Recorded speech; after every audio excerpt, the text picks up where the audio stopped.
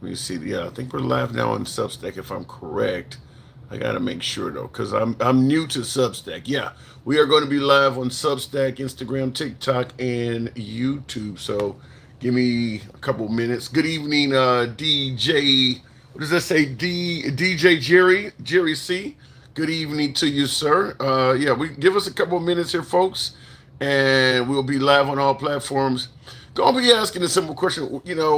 Um, we're gonna be talking about obviously more than just this video that President Trump posted to his social media account. But I do want to ask the question as to why do you think it happened, or what was the purpose of it? That's probably the biggest question is what was the purpose of it. So give me a second here, um, because I don't understand why he did it. That's what I'm saying. That's what I'm saying. So I'm gonna be asking the question of why did Trump post Obama as an ape? So Instagram, TikTok. By the way, we're on Substack now. Handsome conservative, let's do this. I'm ready. Appreciate you, man. Appreciate you. By the way, folks, we'll be talking about this all night long, but we are now currently on Substack as well. So any of you folks who have a Substack account, it is the Handsome Liberal on Substack. So new, we haven't even put the photo up there, so you don't see my picture. But I do have some shorts and things on there. So give me a second. As monkeys, that's what he posted them as, or primates, or whatever you want to call it. Because one of them, I think Michelle Obama was a gorilla, and Obama was a smaller, like a chimpanzee or something. So whatever the case may be. But this is not something I wanted to talk about again, but it's because the story being given by the Trump administration continues to change is why we want to talk about it. So bear with me. I'm almost done here. I do want to make sure I hashtag Obama on this one. For we haven't used Obama as a hashtag in a long fucking time, and that's going to lead to the obvious question: why the hell is Obama even being mentioned? Did you say you're live on Substack? I'll switch over. Yes, we are. TB West, by the way, good evening on Substack. Yes, we are live on Substack for the first time, so bear with me as I get my last platform up, and we will get the show going momentarily. But yes, we are now live on the Substack as well. The family Zoboy, good evening to you, and I think we're ready to go. I think we're ready. So as YouTube pops up here, what is that saying here? Wow. Um, Jesus Christ! I tried to put in why did Trump post Obama as monkeys, and looks like YouTube is trying to censor that. Is that right? Let me make sure. Let me go back. I know they're not trying to censor that because listen, I'm obviously not calling the Obamas monkeys, so I'm not doing it. But it looks like I see what I think I see what happened, but it looks like that man. God damn it! So I might have to stop that one here. Shit.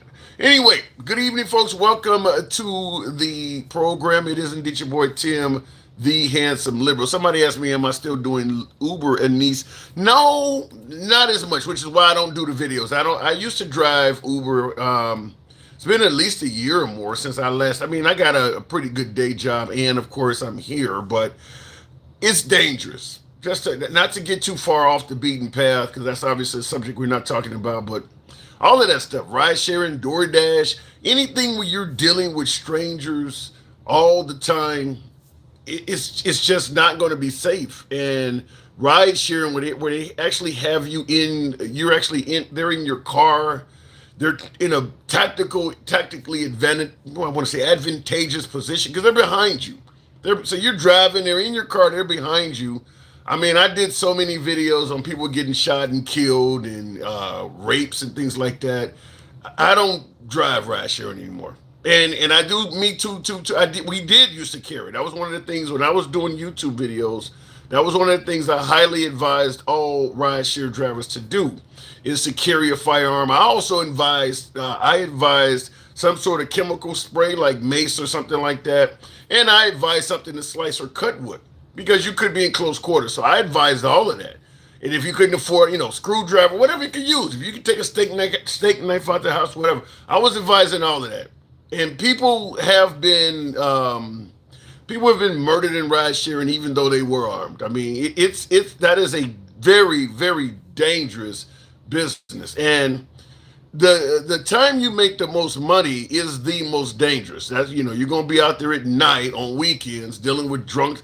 It's a dangerous business. I covered so many stories and articles and did videos of so many people getting killed. Got down in Okalaka, Florida, whatever the name, Ocala, whatever, however you pronounce it. DoorDash went to a home. They grabbed a guy and dragged him in a house and literally hacked him to pieces and put him in garbage bags. Being part of drive-bys, having people's opposition jump in your car and the guy come running out the house and shooting up the car and killing the driver. Just a lot of Uber and Lyft drivers get killed in that profession. A lot of people do. I mean, you're not going to hear about that as much, but if you just go to Google and type in Lyft driver got killed or Lyft driver killed or Uber driver got killed, look at all the stories that come up.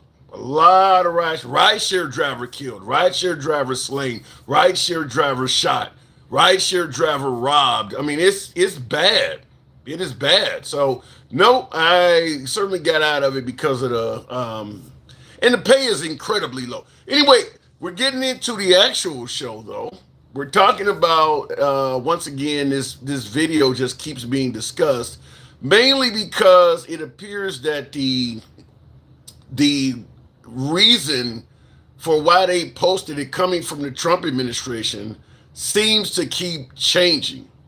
And what I didn't want to talk about this again, being honest with you. I didn't really want to discuss this again, but I want to ask you folks, just simply put, why do you think he posted it?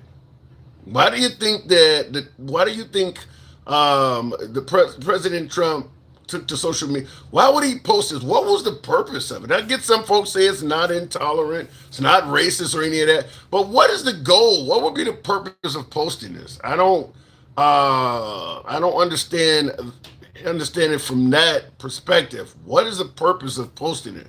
So I want to hear from you folks, and obviously everybody gets to interpret what they see differently. So the idea that this video is racist or this video is not racist, whatever your interpretation of it is, understand your interpretation is not law. Other folks do get the right to interpret it differently. So telling somebody else, no, it's not racist, you're wrong, that's your interpretation. Or telling somebody it is racist, that is your interpretation. So you don't get to dictate how somebody else interprets this. And keep in mind, President Trump, he hasn't told you why he posted it. So, it's up to you to decide that.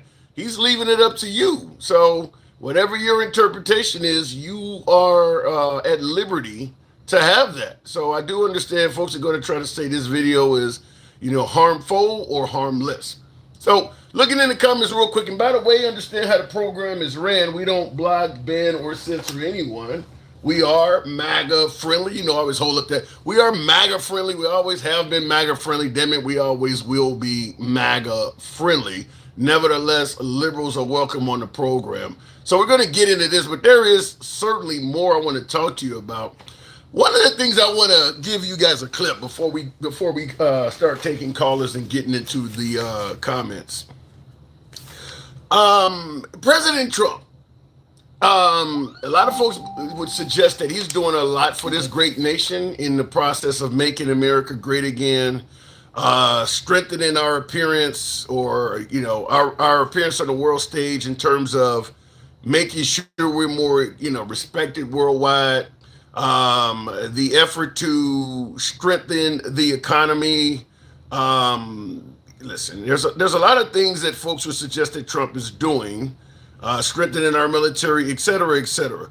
But I want to ask you folks, simply put, do the Republican Party, the Republican politicians themselves, do they appreciate what President Trump is doing for this nation when they talk to us?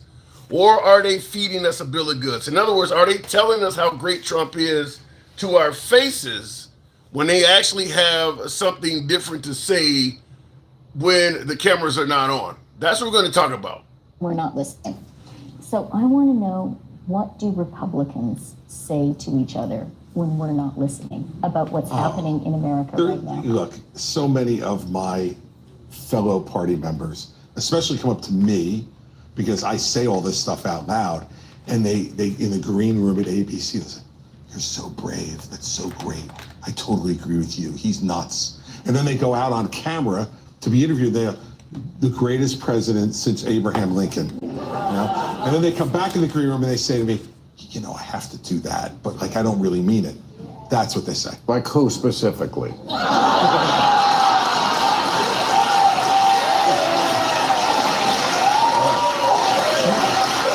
right, Bill. Overtime's not long enough to give you all the names, but I'll give you one. Lindsey Graham. So he not only said, in Handsome Conservative, it says, "I can't figure out how to send a sub or join." I don't know a lot about this, Handsome, because we're on Substack now, folks. And I see somebody in the comments and saying, "I can't figure out how to send a sub or join your live." I don't know how to operate Substack yet. I just want to make sure folks know we're live on Substack for the first time tonight, and I will figure it out as the days go on. But I don't know how to advise you how to do that yet either, Handsome Conservative. But in regards to what Chris Christie just stated, not only is he indicating that Republicans on television say one thing and then behind folks' back, they're painting Trump as a different way.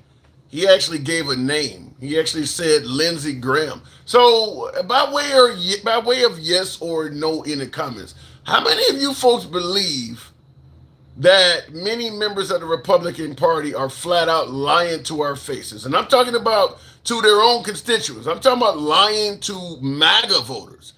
MAGA voters, where they're telling MAGA voters how great Trump is to their faces, but behind the scenes, they don't think Trump is great. How many of you folks, by way of yes or no, do you believe that is true, as Chris Christie just stated, that behind their backs, they're saying, they're actually saying this, they don't trust this guy or they don't favor this guy or something of that nature? Looking in the comments, a lot of you folks are saying yes. However, hey, what's that? Says LOL, Tim, come on. Yeah. Oh, you do believe it. Okay, so yeah, a lot of you folks do believe that. Toad says definitely lying. They're making tons of money. So you believe the politicians are being dishonest about President Trump because they're getting paid on the back end?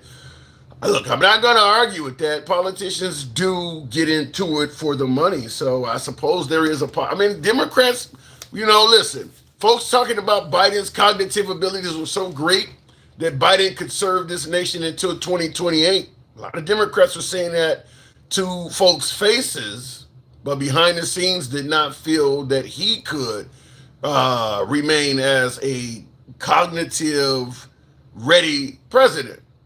George Stephanopoulos got caught saying that, so of ABC News. So there were Democrats doing the same on President Biden. Looking in the comments, just here to say that you, sir, are an idiot, says Listen, let me just say something real quick, by the way, folks. This program is uncensored. We don't blackband or censor anybody. You can be critical of anybody on this program, including yours truly. If you feel anyone, including the host, is saying something stupid, why not be the smart one and actually add something to your comment? You sir are an idiot it's empty. The comment is idiotic. You got a whole fucking paragraph you could type. You're an idiot because of this, or you just said this. That doesn't make sense. Add something to your fucking statement. Otherwise, come over here and sit with the rest of the idiots. You sound just like one. Anyway, it's uncensored. I'll leave the box open to you, sir. I'll give you time to rethink your statement. Fix up your insult a little bit. We'll give you credit. Fix up your insult. Anyway, looking in the comments, no outrage for him back then. What do you mean by no outrage for him? So in addition to that, of course, because we're talking about the Lion King videos, what they're calling it, I guess, that Trump posted yesterday, folks immediately rushed out to suggest that the video was posted by a staffer. I mean, there's been a bunch of stories that came out. Carolyn Levitt gave us, Carolyn Levitt gave her own explanation of it. Obviously, MAGA were all over social media giving various explanations of what Trump was trying to say. Nevertheless, Trump ultimately did chime in himself and explain what the hell that was we were looking at. I suppose in some detail, not totally. Republicans are calling on you to apologize for that post.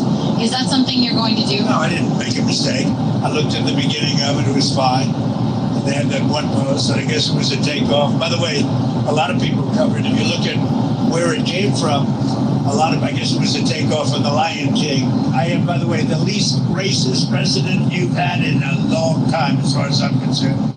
What does that mean by the least racist? I mean, look, if I say, the least of something, that doesn't mean you're excluded from it.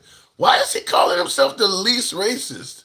I gotta get some MAGA on here to explain that, because I don't know what the term the least racist mean. That does indicate that it sounds like there is some racism in you. You're just suggesting that it may be less in you than other presidents. Least racist out of everybody, huh? Oh, wow, that's interesting. So we're going to talk about that. I'm finagling with something down here, but we're going to talk about that as well. That's called the lie, Tim says Body Snatcher. Well, the man says he's the least racist. So we got to take the man at his word, right? If he says he's the least racist we've ever had, unless you're suggesting that President Trump would go on Air Force One and on television and lie to the people of this great nation. You're not suggesting that, are you? You're not suggesting that President Trump will go on TV and tell a flat out lie, are you? Also, here's something I want to ask, because there are no shortage of folks indicating that Democrats can't take a joke. You already know what's on the screen where I'm going with this, but there are people who are suggesting that Democrats cannot take a joke. That's what the photo of Obama and Biden and all of those other folks as wild animals. Well, it was simply a joke. Democrats cannot take a joke. I mean that every artist wants, almost as much as Trump wants, Greenland, which makes sense. I mean, because Epstein's island is gone, he needs a new one to hang out with Bill Clinton. It's incredibly difficult being a host. And he's going to go out with a bang. He is. Trevor Noah targeting Donald Trump during his sixth and final time as Grammys host, and now the president is threatening legal action. The Daily Show alum slamming the commander-in-chief a total of 4 times throughout the 3. So I'm not going to play any commentary, but what about that? If the Democrats cannot take a joke, why is he threatening to sue a comedian? Why is it not? I see the comments, still not your mom, love the name. Still not your mom. You say it's not okay. If Trevor Noah is not funny, that's fine. But why is President Trump, the one who is known for making jokes about other folks, suing comedians making jokes about him? Is this a case of I can dish it, but I cannot take it? Do want to hear from you folks. Now, he has not officially sued Trevor Noah. Let's just be clear. He has not officially done it. But he is publicly on record saying that he is considering doing it. This is the guy that is posting all sorts of awful jokes about others, and the right is saying that the Democrats are snowflakes and they cannot take a joke. So what's the difference here? Somebody let me know, because it's pretty clear that President Trump doesn't have doesn't have much of a sense of humor himself when the jokes are aimed at him. Somebody help me understand it. This one here, I do want to play another clip from Christie. And I know I got a lot of folks that are not fans of Christie among my beloved MAGA. Fair enough. We'll talk about that. But I do want to, he was on Bill Maher, as you can probably tell, anybody who watches Bill Maher, but he was on there. And here's another comment from him that I want to talk to you folks about, because once again, I don't understand this. Again, deal in subtlety. The sign says the Donald J. Trump and John F. Kennedy Memorial Arts Center.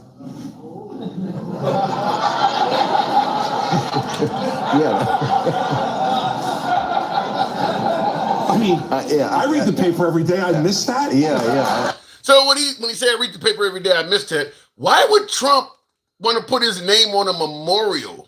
I mean, he's talking about the Kennedy Center where Trump added his name, and you hear him clearly say the sign says the Trump and JFK Memorial Center. What's the difference between putting your name on somebody's tombstone? A memorial is literally always dedicated to someone who has passed on. Why would President Trump, while alive, want to add his name to a memorial? I'm going to right off the bat ask, is he forecasting something which is great? You ever heard of the phrase, don't jinx yourself? Why would you want to put your name on a memorial? I mean, like, you alive. I mean, like, is he trying to indicate something that maybe we need to know? I mean, imagine your grandpa all of a sudden starts doing something. Like, are you about to leave us? Why would he do that? So we're going to talk about that. And somebody in the comments, still not your mom, says because he wants his name on everything. That ain't where you want to put your name at, though. I get it. There are plenty of places to put your name honorably. Why would you want to put your name on a memorial while you are still alive? Not to mention someone else's memorial that has already passed. And then just create your own. Why would you want to put your name on a dead man's memorial? Another president that was assassinated, I don't know how many, 60 plus years ago? Why would you want to put your name on his memorial? I don't get that. And I see in the comments, Samo Joe or something like you say, his ego. I don't see why your ego, that's crazy. That's a hell of an ego to want to put your name on somebody's memorial that's died. Trump lies like Chucky, says handsome evil fingers. I don't know. I get folks on the right that tell me Trump hasn't told a lie ever in his life. So I'm going to go ahead and start taking calls. And there's a lot more I want to talk to you about because Obama's immigration policies have a lot of similarities to President Trump's immigration policies. I got a clip from Obama I'll play later, but I do want to hear from you folks as to why is Trump's immigration policies leading to Trump being treated like a villain and Obama was treated like some sort of a hero when there are a lot of similarities between the immigration policies. Is Trump being treated unfairly in regards to immigration? So looking in the comments right off the bat, Toad says execution is key. True. That's probably the best answer on that. Border from Futurama has an episode of his followers building a giant statue of him. Remember me. Well, it does sound like he wants to be remembered in the most grandiose of style. Simple. One is a racist and the other. So you're saying, Mako, that the difference between Trump's immigration policies and Obama's, you say simple. One is a racist and the other is not. Wow. Let me go straight to the box, get the program rolling. Handsome Evil Finger says, Trump ain't shit, says need to start shaking hands or have a big Congress meeting with the Grim Reaper and a bag of dicks. What the hell? Evil Fingers, you are crazy. Says Trump ain't shit, says he need to start shaking hands or have a big Congress meeting with the Grim Reaper. Sound like you're trying to indicate the man may not be around very long. You got to let me know what you mean there. Let me go to the box. That's crazy. But we'll start it out right off the bat with Jeremy. Good evening, Jeremy. Welcome to the program. I don't know what happened there. I tried to bring Jeremy up, and it doesn't look like it let him come up. We'll try it again. We'll go straight on to one of my subscribers there, Love to Cruise. Good evening, Love to Cruise. Tim, that equal to reading your own will. Yeah, and it doesn't look right. Love to Cruise, good evening. Good evening. How are you doing? I don't even know yet. We're starting the program out. Wanting to put your name on someone else's memorial. What say you?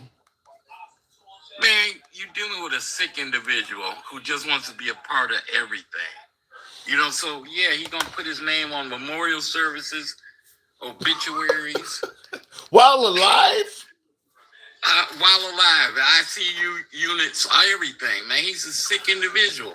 Well, what about the notion that maybe President Trump, who a lot of my beloved MAGA would suggest is the best president we've ever had, so perhaps he believes that his name is worthy to be posted in as many places as possible? Well, you know what? I'm not gonna argue with MAGA because they're gonna find the excuse for everything. I never seen a cult. Well, I haven't seen that many cults have been familiar with it, but for the fact that this man could do anything and they find an excuse for him is really starting to get sickening, and they don't see it. I need you to elaborate. Give me something Trump has done where you believe they found an excuse. Maybe you think it makes no sense to defend him. Look at the picture behind you. Well, you know they're finding excuses for that. He didn't do it. A staff member do it. How does a staff member have access to the president of the United States account? well, you would admit they all have assistants and things like that. I mean, look, if he says I need you to put down I got an appointment with Netanyahu on Saturday, he don't write that down. It's gonna be one of his assistants, right? So they're going to have access to put something like that on the social media account. Come on, Tim. I mean, it's possible. You sound like Mega Reacts. The President of the United States, he puts a video up there and he only looks at a minute of it instead of watching the whole video, or he only reads the top line. Come on, man, these are sick-ass excuses. Well, We're common people. And I'm not going to post a video unless I look at the video. Yeah. I'm not going to post anything unless I read it fully. But you're talking about the President of the United States is doing this. Well, I mean, the President of the United States did say himself personally that he didn't look at it. I mean, you're saying that MAGA makes excuses for him. I just played the clip. That's what Trump said himself. Is he didn't look at the whole video. He saw himself as a lion. He liked that macho image, and he ran with it. He's telling his dumbass supporters that so they can. It's like the Pied Piper. He blows his little flute, and all the damn rats follow him. Wait a minute, you're not comparing MAGA to rats, are you? Yeah. Oh, come on, they're voters. You come on. They're your neighbors. They're your neighbors, London Cruz. They're voters just like you. I used to kind of tolerate them, and I'm not going to say because I have ran across a couple of MAGA that, all right, you kind of borderline. But listening to your show, MAGA Reacts, Gen X, straight dumbass talking. Oh my God, don't. Man, these are the dumbest motherfuckers that I ever heard. Hey, wait, you're hurting me, London Cruz. Don't tell me that my show has made you develop an adverse opinion of MAGA. Come on now. No, it's them. It isn't your show. I'm not going to blame the automobile. I'm going to blame the drivers. They are the dumbest. And I used to disagree with Gansy Grandma because I don't agree with her cussing you out. But I used to disagree with her cussing at MAGA and this. I'm ready to fall in her line. But I gotta push back. You mentioned MAGA Reacts. In the comments, he says, "What about the dumbass liberals?" Yeah, we're not making it. There are dumbass liberals, no doubt. But the fact that MAGA Reacts says, you know what? I'm going to start writing all this shit he says.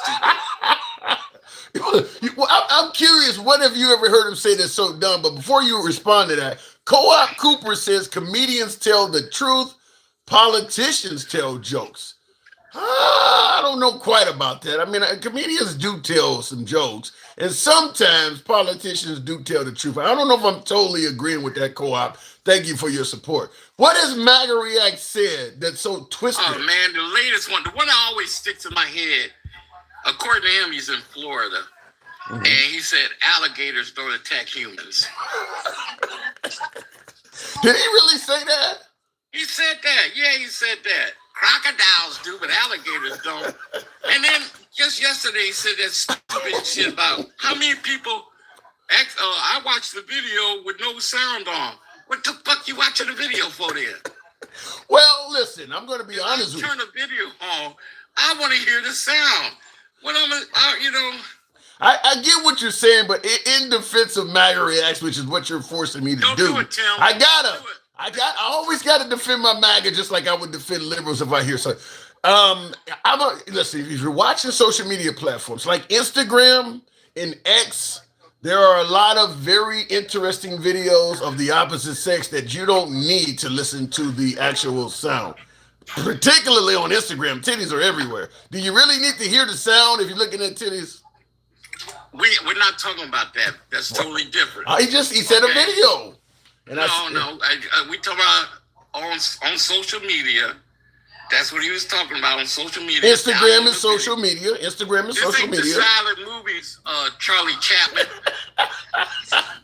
Well, Okay. I mean, I get it, but he did say President Trump reposted that video, and he never listened to the audio. And by the way, when you see the photo above, do you really need? I mean, is there any audio required? I think they're playing "The Lion Sleeps Tonight." I mean, you don't really need to hear the audio of that to post that. I mean, the video is still going to have the same negative meaning to a lot of folks, whether it has sound or not, right? The man is so jealous of Obama, from winning the Nobel Peace Prize to everything that Obama stands for. He can't even touch Obama on speeches. That's usually, my crowds are bigger than Obama. And then you're going to do this on Black History Month. What are you suggesting, that Black History Month changes? Would it have been better if he had done this in the middle of April? No, it's just a point, just him throwing more fuel on the fire. You don't like MLK birthday. Juneteenth, you're trying to get rid of it. Now you're going to post Obama's monkeys during Black History Month. Yeah, and I got in the comment. Go ahead. The thing about it, us as blacks, we need to start voting for one, because the politicians don't respect us because we don't vote. You're saying We don't get. wait, are you saying that politicians do not respect the African American community, so African Americans need to vote for black folks? Exactly. Why, if you're a politician, why would you answer our issues if we're not voting? I would answer the issues of people that are voting and then put you on the back burner. Yeah, but that don't mean you need to vote for black people. That just means blacks need to be more reliable to show up at the polls. Well, that's what I'm saying, okay, Tim. I'm not saying vote for black people. I'm saying blacks vote, period. Okay, I don't disagree with that. I mean, you wouldn't expect a politician to be gung-ho to do things in favor of people that didn't show up to vote for him. I mean, that goes well before President Trump. Any politician, the people that voted for him and is going to keep him or her employed, they're going to do more for them. They're going to address their issues more. Well, the reason I say that is because that picture behind you is a total asshole move, but it goes inside with his MAGA lovers. You know, they like to see this. This is right up their alley. I heard you say, yesterday I was listening, and what's his name? Handsome Conservative or Handsome? Is that his name? Handsome Conservative? There's a bunch of handsome. There's Handsome Evil Fingers. Well, there's he was on there yesterday. Yeah. I don't see what that's racist. You see there was a turtle on there. Yeah. What are you talking about, man? Well, wait a minute. That is correct. They had Kamala Harris. She was a turtle. Before you respond to that, Handsome Evil Finger, there's another one. Handsome Evil Finger says, Tim, tell your caller, man, he is on game. I got a case of Hennessy waiting for him. He is excellent. Big shout out. So there you go. There's one of the handsomes giving you nothing but I that. appreciate that, yeah. But I'm saying, okay, there was a turtle, and he had Obama and them. But the point I'm making is handsome. What's the guy? Handsome Conservative, whatever. That isn't racist to him. The lady out there saying fight white power. That's what he considered racist. But this isn't racist. You know No, it isn't. You know what? Like I said, we need to vote so they can stop disrespecting us. But how about this? You often hear folks on the right, and thank you, Co-op Cooper, for your support. Appreciate that. How do you respond to folks who might suggest that, listen, it's the liberals, particularly African Americans, that really throw around the race card so damn much that we don't even give credit anymore when we hear a liberal or certainly somebody black talking about somebody on the right is racist. In other words, like what you're talking about, maybe it's just the Democrat Party is just overplaying the race card when all Trump was trying to do was tell a joke. That's what a lot of folks on the right are saying. What say you? Well, to be honest, sometimes we do go to the race card a little bit too often. This is true. We go to the race card on some of the dumbest, Shadur Sanders. We went to the race card on that. So we as a people, we need to slow that down because it's like you're crying wolf all the damn time, you know, and then your argument loses a lot of its teeth because of the fact you're always saying it. It isn't like Jewish people. You can't mess with them. You can't mess with them. You mess with them, you're done. Yeah. Ask Kanye West, ask Kyrie Irving. You mess with them and say anything out in public, you're done. And that's what we need to get to. And the reason it's like that is because they go vote. And they have infrastructure. Yeah, I think they certainly go and vote, but I think it's the fact that they have a lot of money and power that African Americans don't have. Well, that has a lot to do with it. We can get like that also. Instead of us hating on each other, we need to work together, pull together, and start voting. And not voting for dumb stuff because you're gonna give us a stimulus check. But you know, so when you say we need to pull together, I agree with that 100%. But I think that's a problem that the African American community has that the, let's say, Jewish community does not, and that is the lack of unity. It's a lot easier to pull African Americans from the pile and make them fight against other. The Jewish community. It's a lot tougher to do that. You're not gonna have, you know, the Jewish community on both sides of issues as strong. Like Black MAGA, I don't know if you would have, you know, I guess Jews for Adolf. I don't think you would have that. I mean, I don't. No, you would. Yeah, I think so. So the lack of unity in the Black community and the ease of being able to pick them off and get them on separate sides of an issue kind of make it so that it really does. I don't know if the Black community could ever be as strong or powerful or even united as the Jewish community. Just You're right, and that's because we haven't had a leader since MLK. You know, Jesse. Was Jackson, Obama not a leader? The guy pictured here featured as a chimpanzee? Obama, no, I'm talking about somebody strictly for us. Obama was the president, which means he had to look out for Americans. We need somebody like MLK. Jesse Jackson was supposed to step up, but next thing you know, he got the damn Rainbow Coalition. No, we need something for us, a leader for us that we can stand up and believe in, and for him to make sense, and he can go and talk for us and get things done. Well, I'm shortening it up a little bit, trying to keep, get as many colors on. But let me ask you before I let you go, just your solid opinion. Why did he post this? They don't care. No, I'm asking you. Why do you believe he posted that? Or who else? Why did this go on his account? Because he's suggesting he didn't do it. Why did this end up on Trump's account? I think it was a slap in our face during Black History Month, and the fact that he don't care, and it's just to reinforce his MAGA people. MAGA has been kind of unwinding a little bit. Even you had a few callers that used to be MAGA. Yeah, I was surprised. So this is just a call to action for him. Hey, we're still racist. We still don't like them.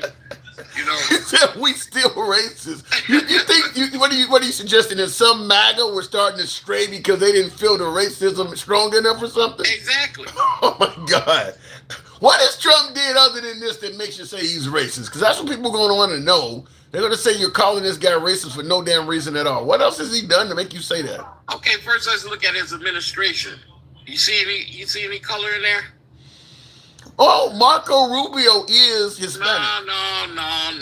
Come on, Tim, don't do that. No, he really is Hispanic. Marco Rubio is a Hispanic. He's Cuban, of Cuban descent. Yeah, okay. Yeah, well, whatever. I'm saying real color, man. Come on. What is the difference between, I get some black folks on here who say I'm not even fucking real color. So what is your definition of real color? I'm talking about a brother, a sister, something like that. Tulsi Gabbard is a minority. She's not white. Tulsi Gabbard. Come on, man. And you know what? I understand your pushback. I'm giving you real examples. You just not accepting them. Yeah, I'm not. I'm talking about. What do you want, Wesley Snipes? What are you looking for? Yeah, that's what I'm looking for. Oh Wesley my Snipes, God.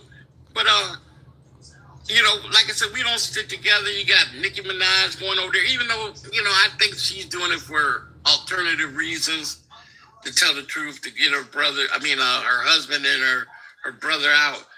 But yeah, his administration, man, is not a reflection of the United States. Let's put it like that. Yeah, and I definitely agree. I definitely agree, Nicki Minaj. I mean, because she's throwing away millions of dollars of career earnings. I mean, she's not going to be touring this. I mean, so she clearly is in it for something she really needs. Because she's throwing away millions of dollars. DEI, Doge, all these things are geared after us. Doge, what is it, like 75% of the people that they fired were minorities, African Americans? A lot of them were women. But the right is gonna say Doge was about finding waste, fraud, and abuse of a whole bunch of black women were in positions that were unnecessary. So be it. I gotta move it on though. Love the cruise. Appreciate you coming in, man. That's short, a little bit shorter, but thank you for coming through. All right, thank you. Moving on with wait a minute there. Moving on with the program. By the way, tap the screen, get your boy likes on up. Get us on up to 30 foul. We'll take the next caller there. Fired 300,000, says Toad. Yeah, they went on a firing spree. Here's what I didn't get, because the Trump administration was not happy about their job numbers. And I think he ended up either attempting to fire the person that reported him or actually doing it, or whatever the case may be. And we discussed it in lives at the time, and it was like, why would you be upset about the job numbers? Ever since you became the 47th president, you guys have been on a firing spree. There's no industry at all that's been hiring a lot of jobs since President Trump took office. Now, he's made a lot of deals, tariffs and things that he has suggested that are going to bring jobs back to America. Companies that, due to the tariffs, are going to open up manufacturing plants and things in America. But that's in the future. Since he's been president, it's just been a ton of people getting fired. So I never could understand why he was so critical of getting bad job numbers. Like, what did you expect? You fired a lot of people. So that didn't make sense to me. And it still doesn't make sense to me. It's as if he expects to have good job numbers right now. Like, there's no industry out there right now that has created a ton of jobs since you've been in office. But there are places where they've fired a bunch of people. But like I said, he has 3 more years left. Who knows how many jobs may end up being created? It just hasn't happened yet. Looking in the comments, did you really say black women had too many jobs? No, I'm saying that is the belief that through the firings of Doge, and I don't buy all of the information given by Elon Musk at Doge, because a lot of it turned out to be false or exaggerated. So the waste, fraud, and abuse he was pointing to, which led to the firing or termination of a lot of African-American women, they were suggesting those jobs were either redundant or, the person working was not productive, or various reasons.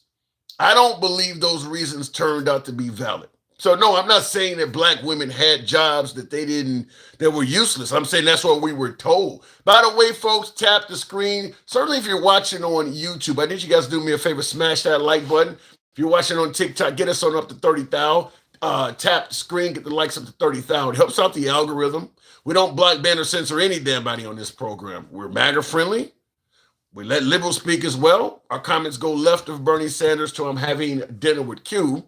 If you favor open dialogue from all sides of the aisle with zero censorship, do your boy a favor, follow the program if you're watching on Instagram, TikTok, or Substack. We're live on Substack now. And if you're watching on YouTube, give us a sub. We're here most weekdays. Handsome conservative.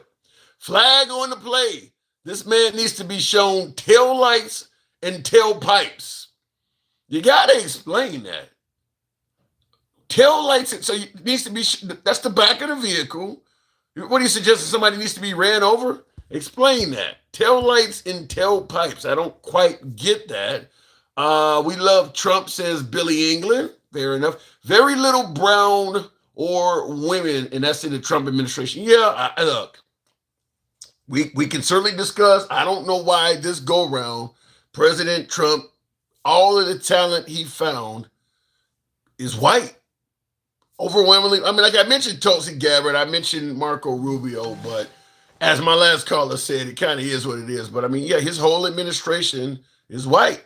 I mean, is that done out of racism, or is that because that's where the talent is for him? That maybe that's the listen. He's looking for conservative leaning administrators.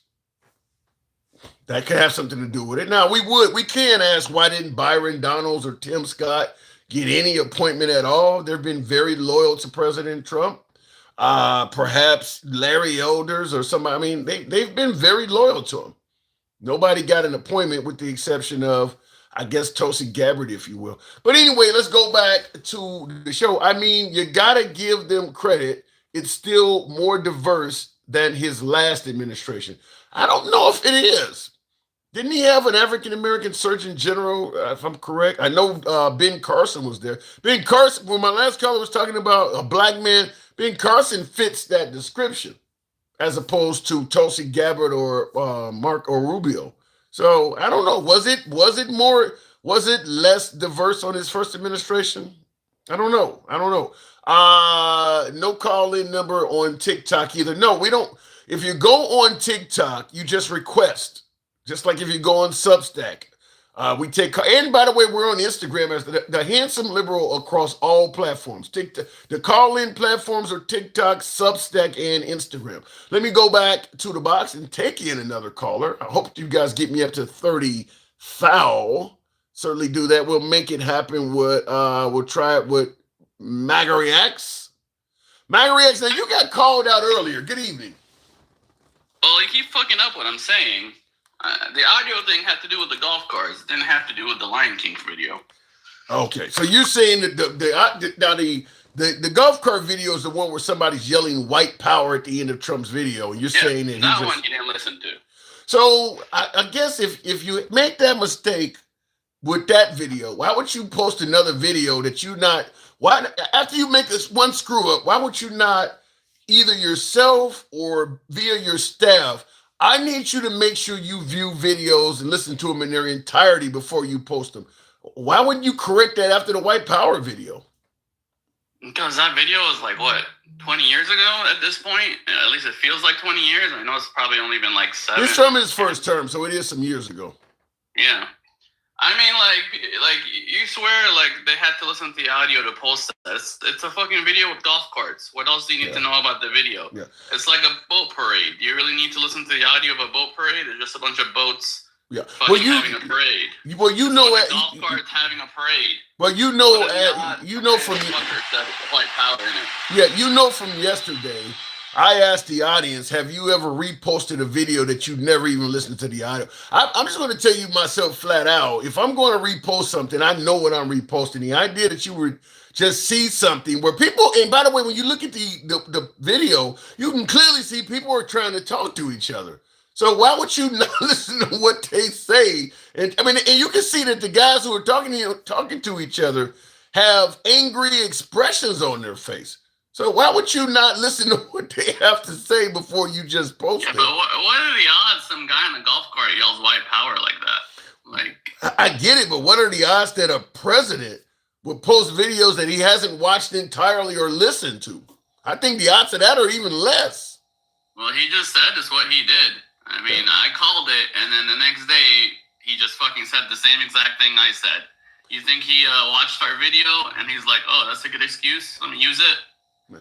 Well, my opinion is what Trump posted is in the realm of so indefensible where there is no, you just got to throw out whatever you can and hope the chips fall where they may. So if you got to say you didn't listen or didn't watch it, I mean, because what he posted really is indefensible. I mean, like you said, if you watch the whole video and you see them on there as monkeys, yeah, I mean, because he mentioned that it's some kind of a Lion King tribute or something. But as many folks point out, there were no apes or monkeys in the Lion King.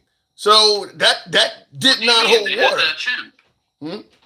They had a chimp in there. So one of the main characters. They got her as an ape. There was no apes in the Lion King. I got you, but they had the chimps and all kinds of other monkeys in there. Yeah. Well, the point I'm making is this does not fit the narrative of the Lion King, and I think that he gave that reason, the Lion King. The other reason was a staffer did it. The other reason is I didn't watch the video.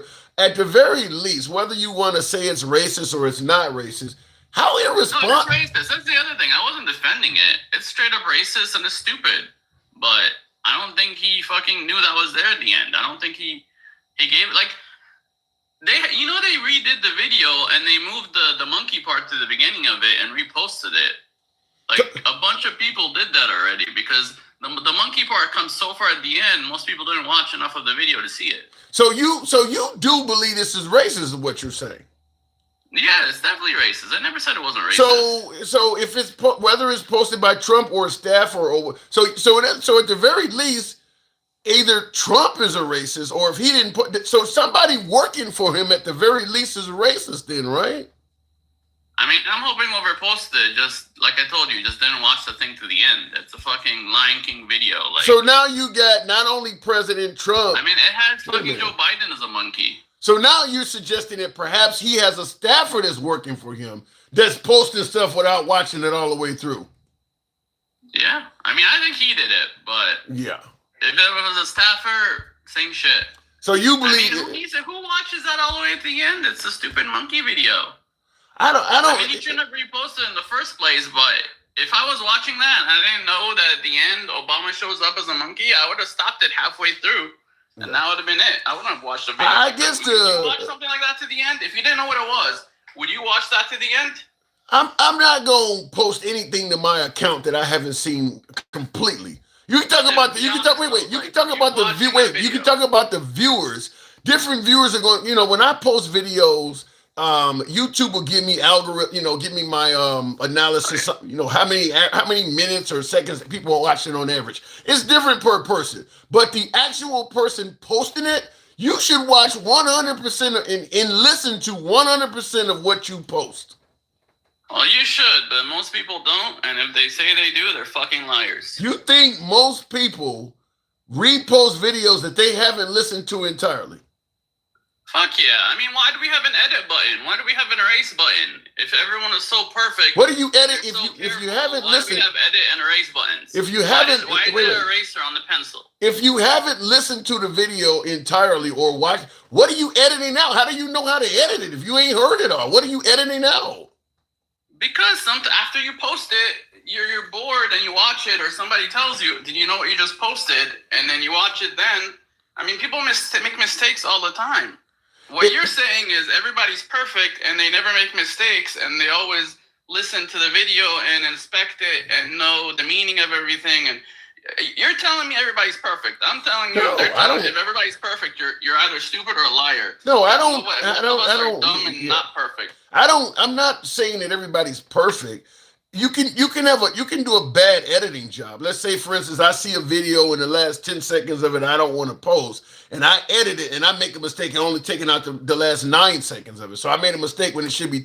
That's the kind. But not listening to a video in its entirety. I just don't, because if you're going to edit it, you need to know what you're editing out. How can you edit out something you ain't even heard?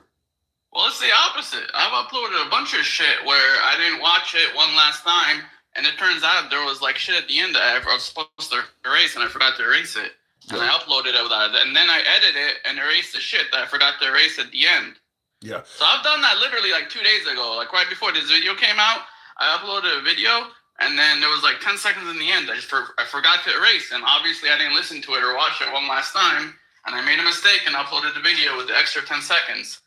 And like maybe like the next day I saw it and I fucking erased the 10 seconds at the end. Well, here's the difference. All the time, unless everybody's perfect, they should shut the fuck up. No, here's the difference though. If you're in a position of leadership or power, you can't do the kind of you and I. Yeah, you even with the few followers I got. I got a few 100,000 followers on each program. I'm not gonna do that kind. I mean, I could if I fuck up like that. I can cut my subscribers and viewers in half doing something stupid like that. I mean, hold on. If you got something on the line, you don't do dumb shit like that. I mean, and as a president, it is dumb.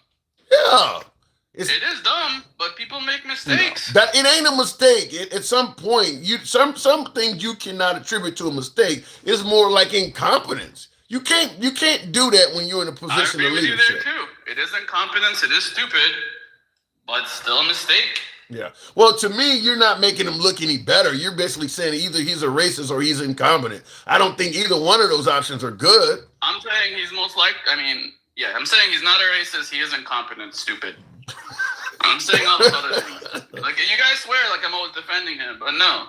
I mean, I didn't vote for him because he's fucking, perfect. I voted for him because he has better common sense than most politicians. You really gonna say the man has common sense with what you You really gonna say the man has common sense with what you just described as what likely happened? That's got to be at the bottom of the scale on having common sense. This is a very. Doesn't make you perfect. This ain't got nothing to do with perfect. This is a self-inflicted wound that, I mean, this is like, I don't know, walking into a fucking, sticking your head in a dryer and saying I made a mistake because I got injured. Like, how could you not know this might injure you? How could you do something like something this bottom? This is a mistake that is so easily avoidable. It's this is just incredible that you even listen. I'm going to be clear with you. I don't believe that it went down the way you think it went down. Where he did listen to it. That's what you just said. Yeah. One time, this one I believe him. You believe he didn't listen to it, or you what? I believe he didn't watch it to the end. I don't think he watched it to the end. So it's a stupid video. Like, you really would like.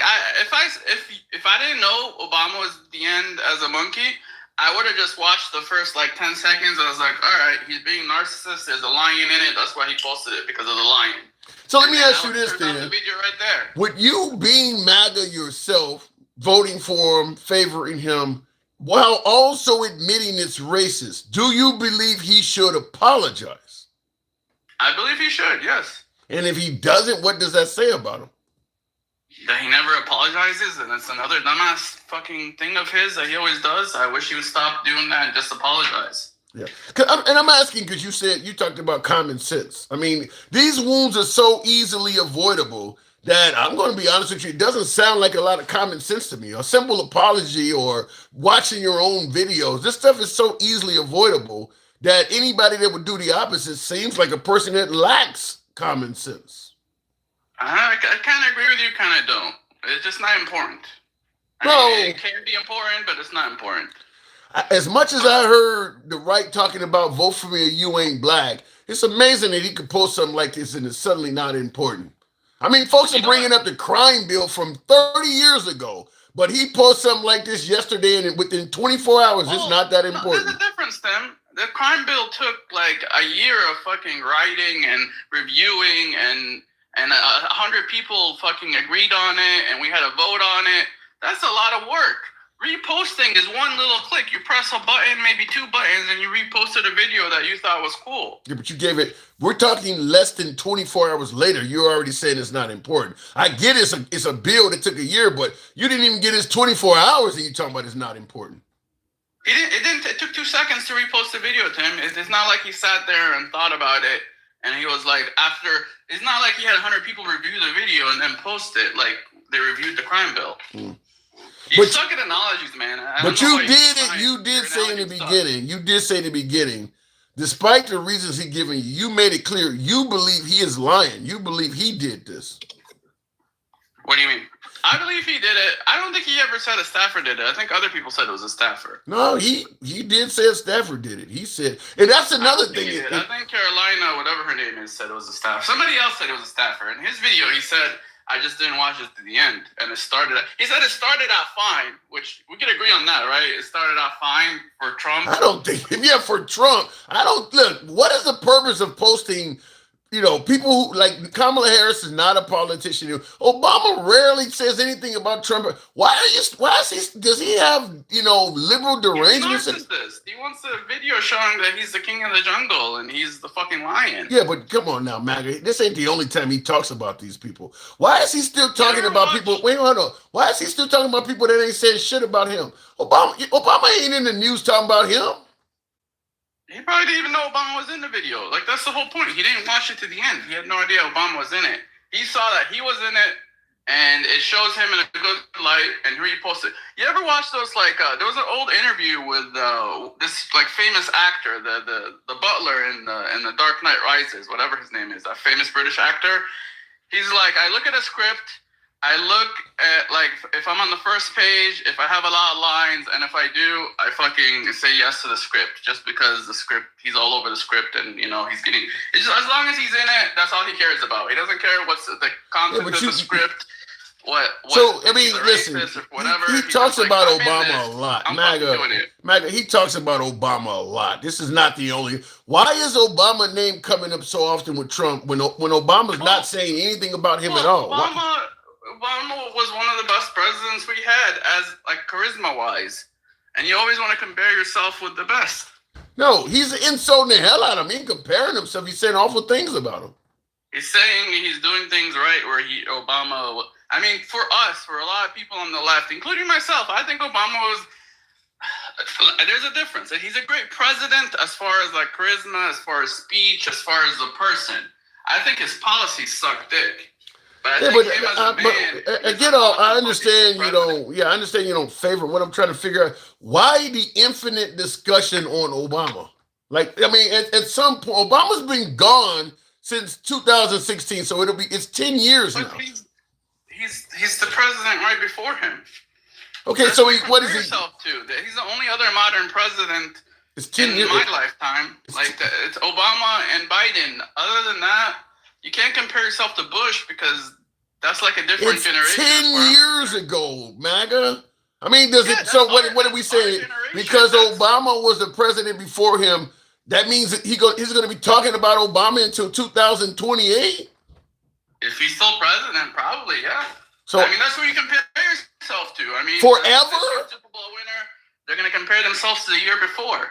I don't recall any other president doing that. The whole term, I'm going to, listen, I don't recall Obama talking about George Bush for all 8 years, or Clinton talking about HW for. I've never seen it, but what are you're defending something I've never seen before? It's because all the shit's new. We never had this much media. We never had the president on. No, TV he's on. No, when the president speaks he's on world stages talking about Obama. You got media coverage when you were the other presidents in those positions. That ain't new to Trump. Not like today, Tim. Not like today. So you're saying all presidents were talking about their predecessor like Trump? I think in the future they all will. No. I'm saying, what about the ones in the past? Were they all talking about their predecessors like Trump does? They didn't have to because they were forgotten. Like there wasn't as much presence. There wasn't as much like old videos of them. They didn't linger around like it. So you're saying when Obama became when you said when Obama became president, all 8 years of Bush was forgotten? I mean, yeah, pretty much. Really? I mean, because there wasn't that much recorded. How do I There's a whole war recorded. What are you talking about? Wasn't though, Tim? Not like today. The whole weapons of mass destruction. Videos from the battles before the president does sometimes. All the footage that still currently exists of George W. Bush, none of that was recorded for you, huh? I mean, it was, but it wasn't like today. Today, everything is recorded. And like Bill Clinton, there was hardly any videos. And before him, George Bush Sr., there's barely any videos. I'm talking about strictly looking at Obama and George W. Bush. There is a ton of shit covering George W. Bush, yet Obama did not continue to bash Bush the way Trump bashes all his people. I mean, because you're telling me... You know what? I bet you if I go back, he did. No, I just don't remember it. Posting cartoons and shit of him? I mean, you do realize Obama had access to the internet, right? Cartoons back then, Tim? What? There was no AI making cartoons like they are today. That ain't. You could make all sorts of draw. If you wanted to do what Trump is doing to Obama and his adversaries, you could have done all of this during the Obama administration. Not by pressing two buttons. That's all Trump did. He pressed two buttons. Not even. He pressed two buttons. One button to repost and one button to hit OK. That's all he did. So, and all of the negative comments on the world stage, all of that too. What does that amount to? That's different. I mean, we're talking about like, I don't know. Let me ask it to you this way. This is like something that's hard to explain to you. Well, explain this to me. What is your definition of derangement syndrome? I don't know. Derangement is when you blame things on someone that's not their fault. That has nothing to do with them. Okay. Do you think Trump has any? Do you think Trump has that at all? I mean, a lot of what he blames has shit to do with them because they were the most recent presidents. I mean, we still have Obamacare. It's not like Obamacare is gone.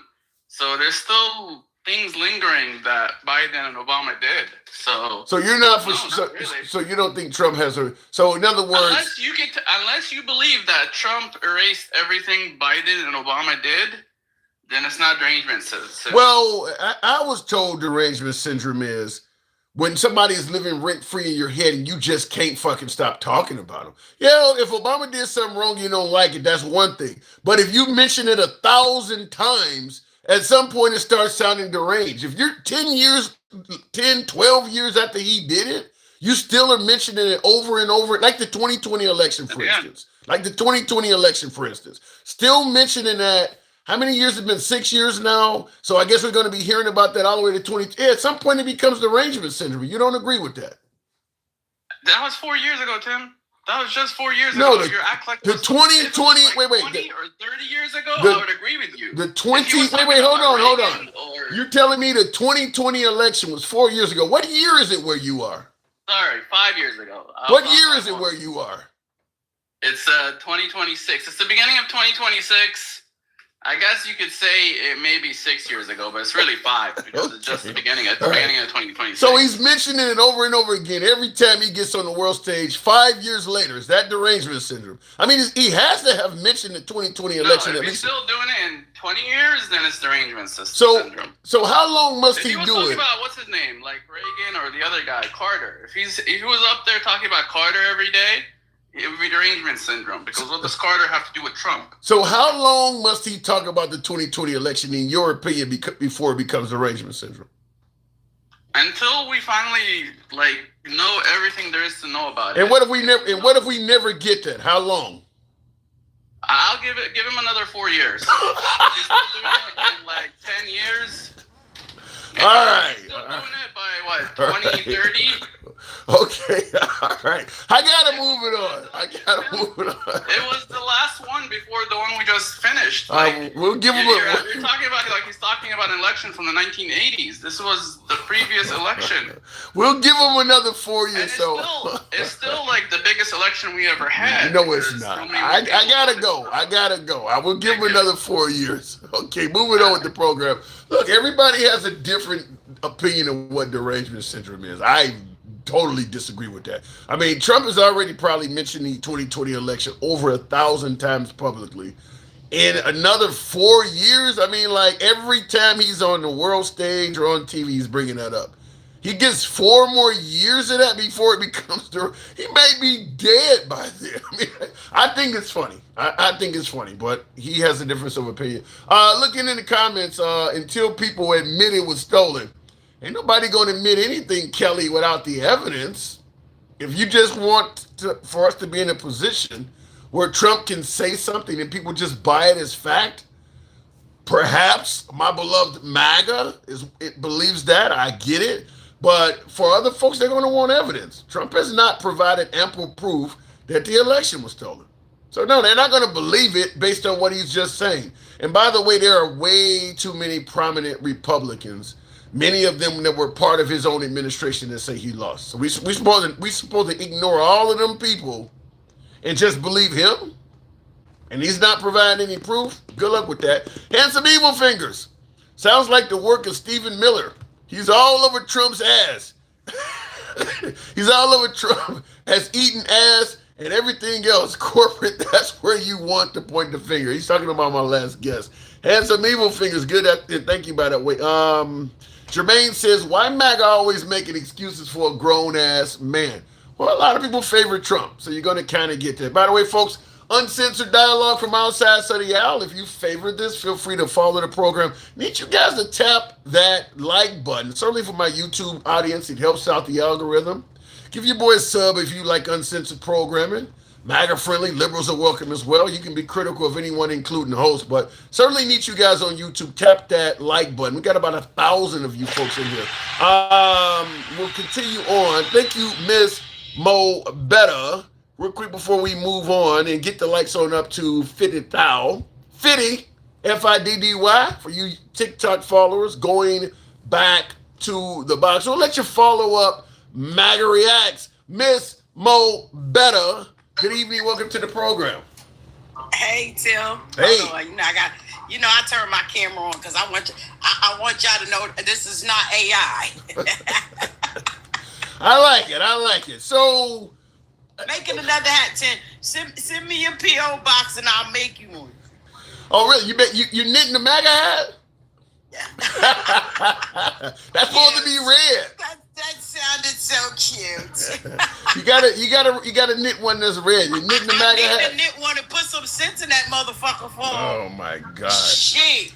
So I'm gonna ask you, what is the purpose of posting this? What do you think he meant? What do you think he wanted the audience to? You know what he did, Tim? Because the midterms are coming up. He know these numbers is all fucked up. His whole campaign was ran on hate. So now he has to continue. He got to continue that narrative, hoping that it works for the midterm. His whole campaign is ran on hate. Wait a minute. What about? He ran on hate and division. Wait a minute. I gotta push back. And by the way, for you folks watching, help your boy out with the TikTok cap go. Had mustache. Thank you, folks, in Tap the advance. screen, y'all. Tap the screen. And tap the goddamn help the program out. Tap the goddamn screen. But let me ask you. You're saying his campaign was ran on hate. All of them black MAGA, all of the Hispanics that supported Trump. What are you talking about? He did better. They hate too. You know what they did?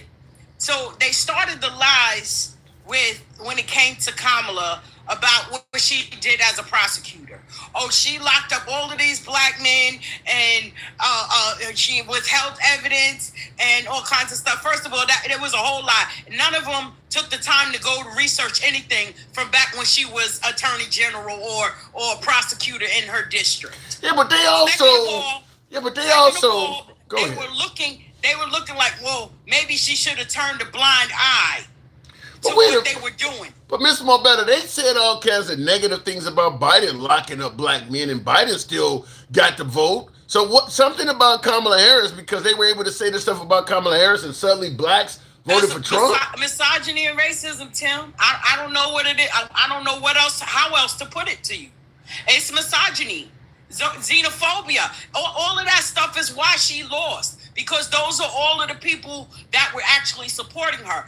She had a lot of the LGBTQ on her board and her camp. You know what I'm saying? You had a lot of you already know. There were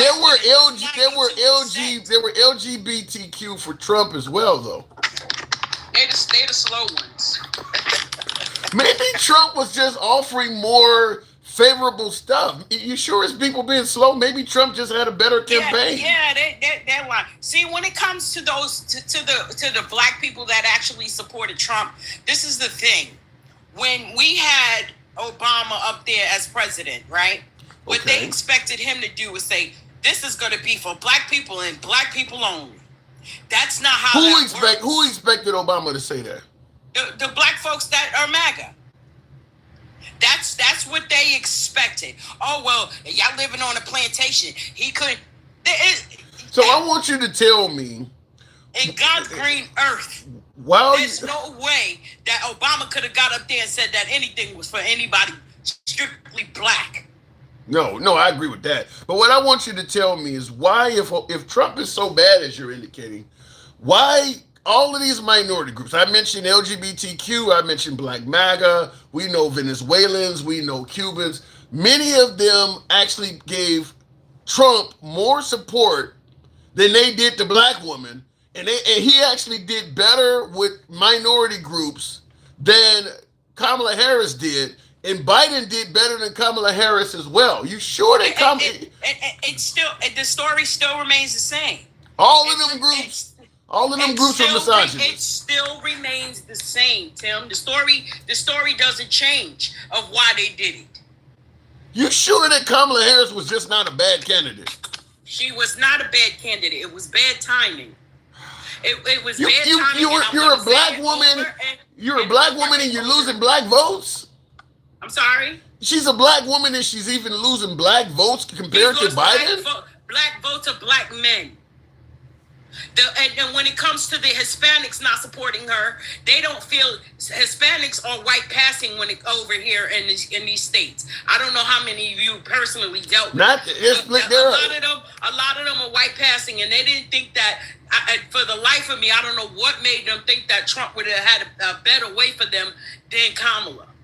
Again, they weren't reading either. Yeah. They didn't go. They regurgitated everything they heard from Trump. They didn't go to her page to read nothing. They kept saying, "Oh, she's not doing interviews." How do you know she's not doing interviews with your head so far up Trump's ass? But maybe they didn't fucking listen, Tim. But maybe what you're saying illustrates the problem that Kamala has. You're saying that they were regurgitating things from Trump. Why didn't Kamala Harris give them any damn thing to regurgitate? Trump was out there talking to the people. Kamala Harris was not. You just missed my whole last sentence when I said they wasn't fucking listening. She was giving them stuff to what people can afford to buy homes and shit like that. We wouldn't have been struggling with health care. Yeah, but I hear Kamala Harris. Not even just that, Tim. She did a lot of things specifically for black people. Like the Black Mamba Act and shit like that would protect women, black women that inherently lose their lives during childbirth and shit like that. That stuff was protected. They was not listening, Tim. Well, I'm going to tell you a lot of what she was promising came after, like the no tax on tips. She took that from Trump. He offered that, and it was doing well, and then she decided to take it from him. So? That's a bad candidate. Why you didn't come up with it first? Why you biting off of him? Maybe she did come up with it first. Who knows? He could have listened to her somewhere else and took it from her. Who knows, Tim? Well, we heard him publicly on the national stage saying publicly first. Saying a lot of shit, but that one little thing again. If that was the one little thing that canceled her as a candidate, then I feel sorry for y'all who believe different. Well, the point I'm making is President Trump got out there more often. Now, I'm not saying he's met all his promises. In fact, domestically, I think he hasn't provided any of the stuff he said. He fucked his whole package up. Well, but people ask and I understand. Even though I may have not voted for Trump, I understand why he promised a lot of good shit, and I don't think Kamala Harris was doing it as well. I get it, and the thing is, a lot of the stuff that affects black and brown people, the people that actually are really cheering for him, they're not threatened by any of this stuff. So of course they saying he's doing a good job, Tim. What do you mean? What is he? And this is why when they always say why does race come in, because race is a factor. When it comes to black and brown people, how many non-black and brown people, Caucasian people is he going after? Other than the American citizens that are being unalived for trying to protect the black and brown people. I get what you're saying. There's certainly far more black and brown people being deported, et cetera, et cetera. But how do you respond to folks who might suggest the reason there's more black and brown people being deported is because there's a hell of a lot more black and brown people in the country illegally? How do you know? Everybody else blends in. They're not just stopping them because they look Caucasian. They could stop a black and brown person and say, oh, because you speak another language or your skin is darker. So I have to question whether you're here legally or not. You don't think a Ukrainian that's white would not? I mean, you said how are black and brown people blended in? I mean, there's plenty. If all of these white folks are coming, you're coming from Poland or somewhere, you would have an accent or be speaking a foreign language. He wants those people here. He said that himself the other day. Poland? Polish? Trump? Yeah. He said, "Oh, we want the why can't people come here from Greenland?" And he started naming Norway, places where you could probably count the amount of black people on one hand. Yeah, he has talked about why can't people from. He just said it the other day. What do you think he's trying to do? Turn America white or something? Of course, he is. And listen, and I know. Listen, he loves money more than he even loves white people. I'm just gonna put that out there. And the one thing he got right about that video when they said Lion King, he spelled it wrong. It's Lion King. What? Lying. Are you trying to indicate that our commander in chief is somewhat dishonest or something? They only proved it 35,000 times. Well, and that's what I was telling. He got rid of fact checking. Yeah, that's what. Why do you think he got rid of stuff like fact checking and stuff like that? Why do you think that happened? Well, and that's what I was kind of telling MAGA Reactions, that because he talks so often, if he does say something that's not true, because he says it over and over, like with the election. If you say when you say he's told tens of thousands of lies, probably 20 election statements he's made, because he repeats it so often, then yeah, that's gonna be hundreds of lies. They're gonna believe it. They're gonna fall for it, and that's why when they were saying he's like the Pied Piper. I've been saying that since I've been coming on your show. I've been calling him the Pied Piper. Yeah, but what I mean is, if you say you won, let's say for instance, he says I actually won Minnesota, which is a statement he actually did say. He said he won Minnesota in 2020. There's no evidence of that. That's going to be deemed as a lie because he can't prove it. And then he goes from city to city to city, rally to rally, saying he won Minnesota. Each one of those is going to be chalked up as a lie. So that one statement, I won Minnesota, could turn into 200 lies. So when you tell it 200 times, you make it 200 lies. Just like his 34 counts, his 34 convictions. Well, you understand? So, again, he's going to keep saying it because he knows they're buying it. I'm going to keep saying it because they're buying it. This is what works for me. But with this video here, it turned a lot of people even that support him against him. Well, not completely, but for the act itself. For them, seeing that like, he kind of went too far, and he's a piece of shit. What do you expect? Why would you say that? He's the president. Give the man respect. He's our president. Listen, you keep saying he's the president of the United States. Maybe somebody needs to tell him that. He thinks he only thinks he's president of MAGA. Everybody else he thinks he don't give a fuck about. Well, I suppose I can't really push back on that. I want you to hear something though, because you're mentioning minorities. President Trump has a different take than you. I say the fact is that I've done more for the black community than any president since Abraham Lincoln. I say it. Nobody can dispute it. Nobody can dispute it. It's true. Just for folks who didn't hear that. I say the fact is that I've done more for the black community than any president since Abraham Lincoln. I say it. Nobody can dispute it. Nobody can dispute it. Nobody can dispute that. And Straight Talk Commerce is in the comments even saying facts. And listen, and the reason I just want him to prove that. Prove it. He doesn't have to come up with numbers. You know why? Because he fired the person that was giving numbers. He fired them too. And straight talk. I know what happened. It doesn't matter whether it's one conviction, 34 conviction. He got 34 felonies. You count them. Now listen, I got time. I'm here in the NY. We snowed in, so I have time today. Well, listen, like I said, I'm gonna straight talk to him to come up here and explain it. But the man does say he's done a lot for blacks, and I get a lot of black MAGA that agrees with him. He never heard Trump lie. I guess he never heard them say that the Haitians was eating dogs and cats, and that black folks when he posted he said that he didn't post that video. Well, I've had folks send me copies of what they suggest were Haitians eating cats. I mean, I haven't seen solid evidence of it, but a lot of MAGA believes that he has been proven that Haitian migrants in Ohio were eating cats and dogs. Listen, if they are, that's their business, but that was a lie. I got, you mentioned. I can't attest what anybody got on their dinner table. You mentioned. And I'm not, if you ain't feeding me, fucking me, or financing me, I ain't give a fuck what goes on in my house anyway. Mind your goddamn business. Oh my God. You mentioned MAGA Reacts. In the comments, he says President Trump actually has 0 felonies because he was never sentenced. And that's just how much he knows about. So what? You got plenty of people that was convicted and did not go to jail. That's not how that works, stupid. Go somewhere goofy. Go find you a girlfriend or a boyfriend. Oh my God. Go find you a girlfriend. I want you to hear something. It's so fucking goofy. It's annoying.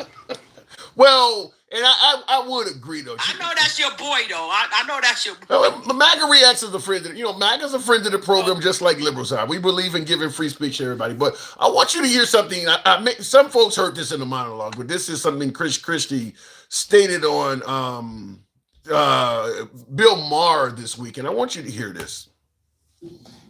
The sign says the Donald J. Trump and John F. Kennedy Memorial Arts Center. I don't queue up the wrong spot. I want you to hear this though, because I think it's noteworthy.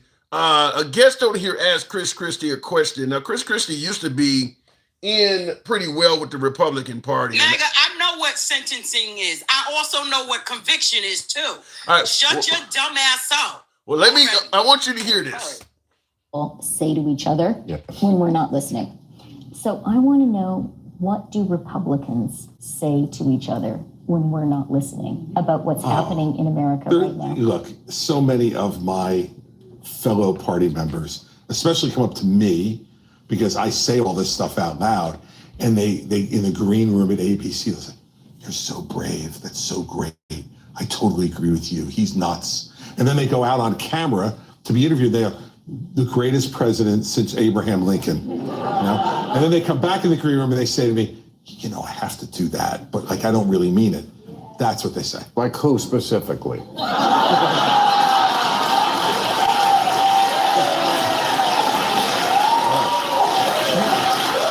right, Bill. All the times I'm long enough to give you all the names, but I'll give you one. Lindsey Graham. Do you believe that's happening behind the scenes? The Republicans, because they're telling. Hold on, but they're telling us, MAGA, my beloved MAGA, that President Trump is the best president America's ever seen, certainly in our lifetime. Do you believe they actually have a different viewpoint of him behind the scenes? Yeah, they don't like. A lot of them don't like his ass, but they scared of him because they fear Trump. They don't really respect him. They don't even like him. They fear him. Explain why would they be fearful of Trump? Because he showed that he doesn't care about the guardrails. He doesn't care about the law. He doesn't have it's no order with him. So what would make them exempt from him firing them or suing them and shit like that? They fear him. Some people are afraid to sacrifice their lifestyles. Okay. In their position. And see, this is what I don't understand. If you do fear President Trump, but you're a politician that's supposed to be working on behalf of the people, then why not take the route of Marjorie Taylor Greene or Liz Cheney or Adam Kinzinger and just, I gotta respectfully step down? Her is, she stretched her shit out until she solidified her pension, which was 5 years. And don't kid yourself, she might be mad at him now, but he made her ass rich too before she left there. Yeah. Well, she was pretty, in regards to her stretching it out to get her pension, she was pretty damn close to the finish line when her and Trump started having trouble. She was only probably less than a month. I know. I get it, because if she was that serious, she was like, I'm walking out of this bitch today. Yeah. You know what I'm saying? But she's like, no, I'm right here. I'm gonna fight it out. I'm not gonna run and all of that stuff. I'm at my 5 years, and then I have my pension, so you could do whatever. And now she talks hella shit about him. But you can't fuck with people like that, because you knew he was doing this shit when you was on his side, and it was okay. And you signed bills and shit that caused a lot of this shit. So, but don't go flip flopping now. Stand 10 toes down. Well, the least the most I can give her, she was apologize. I give her that. And she did apologize. Well, maybe she actually did favor what Trump was doing for the country. Just she didn't like the way he handled the Epstein stuff. Well, as she shouldn't. If you was to see half the shit that's in them fucking files, this is why he's working so hard to hide them bitches. It's disgusting, Tim. I mean, gross. Yeah, Bill Maher on his show talked about it. Allegedly, now we know what happened to John Benet Ramsey. I didn't hear that. Wait a minute. Oh, yes, I did too. I did today. Wait a minute. Now you go back, and now they say you can go back and look at the her birthday party pictures and all of that stuff, and guess who was there? Guess who palled around with them? Ghislaine. John, the little girl with all the makeup on. When they was in them pageants and stuff. You remember she was I remember the whole case. It's probably one of the most. Her standing with the E guy and all of that stuff. That I seen it today. Yesterday, one of them. Yeah. Wow.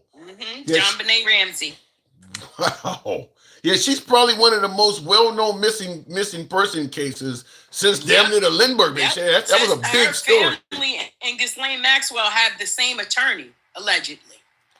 That's a big allegedly. All right. Yeah, go look that up. I was like, whoa. That is worthy of looking at. Miss Mobet, I got to move on, but damn, that's big. I wasn't expecting you to drop that bombshell. Wow. Yeah, no, listen, it's a shit show. He's disrespectful. He's not a man of the people. He only wants who's gonna slob them crusty ass orange balls of his. And he found about 77 million folks that did. Hey. He is our president. He is your president for 3 more years. He's the president in name. All right. Well, hopefully things get better than what you're pointing out. You're kind of scaring me. We hope so too. You're kind of scaring me. Listen, that's it. We hope so too. All right. We like that quiet. We like that quiet. What is politics? As long as you get shit done, you ain't never got to say shit to me. Just get it done. Well said, Miss Mobetta. Thank you for coming through. Send me your PO box. I'll make you a hat. Okay, I have to do that. Tap the screen, get the likes on up to 75. We can make that happen, 75,000. If you watch it on YouTube, feel free to smash that like button. We don't block, ban, or censor anyone. This is open, this is uncensored programming. Our comments go left of Mom Donnie to I'm having dinner with Q. So understand, regardless of what you're hearing, you're likely to hear the other side because we don't censor anyone for their commentary. We are currently live on Instagram, TikTok, and Substack. If you are tuned in to either one of those platforms, feel free to follow us. If you're watching on YouTube, give us a sub. We're here most weekdays and occasionally weekends as well, as you may see. Predominantly, we're here because of President Trump's post on the internet yesterday, or in the wee hours of the morning yesterday, featuring a host of Democrats as animals in the wild. But the liberals certainly are going to, they froze the frame of the Obamas as primates. I mean, listen, he posted pictures of Biden and Hakeem Jeffries and Kamala Harris and Whoopi Goldberg and other various well-known liberals as other animals. But listen, you post a picture of an African-American as an ape, as a chimpanzee or any kind of primate, and it's going to draw attention because it does have racial overtones. I mean, there's a historical precedent in this country of portraying African-Americans as primates. So it's going to draw more, because a lot of folks are pointing out, this isn't the whole video. This is just a frozen frame of it. And by the way, in the frozen frame, Trump's picture is not there in the sign there. That's something we've added for the graphic. That's not there. But yeah, it's part. And I want to ask you folks, by way of yes or no, because most of you folks originally just saw the video, saw the still shot of the Obamas as apes. That's how most folks were introduced to what Trump did, as a still shot of the Obamas as apes. I want to ask you guys by way of yes or no. Once you saw the whole video featuring all the other Democrats as animals and the Lion Sleeps Tonight backdrop, did that change your opinion of what you've seen at all? Yes or no in the comments. Did seeing the whole video versus seeing a still shot of the Obamas as apes, did that change your opinion of this at all? Because everyone from Tim Scott to many Republicans even referred to it as racist. But folks who were more or less defending Trump said that you're taking it out of context. It's actually a whole video. It ain't just this little frozen frame. So did it change your opinion of this at all? Now, looking in the comments, almost everybody is saying no, with the exception of, I guess, a few. We'll try Cody Birch on Instagram. Let's bring up another guest here. Yeah, I don't think anybody. Lion King has no apes, says Portia Mack. Yeah, I heard the same thing. I have a question for you. What do you think Trump did, which is way better for Black people, streamer, if you don't mind civil rights being rolled back? Listen, My personal analysis, I don't know what Trump did that's better for blacks. I think Trump is an alpha male. He likes to be on top. He likes to be a leader, and he likes to portray himself as the best.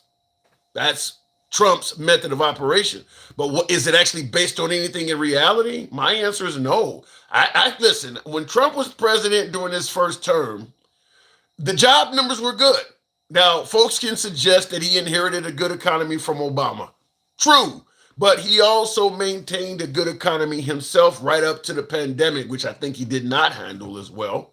So the black community was thriving just like a lot of America was thriving. But that's not something he did specifically for the black community. Now, some folks bring up money being allocated to HBCUs, which is something many other presidents before him did.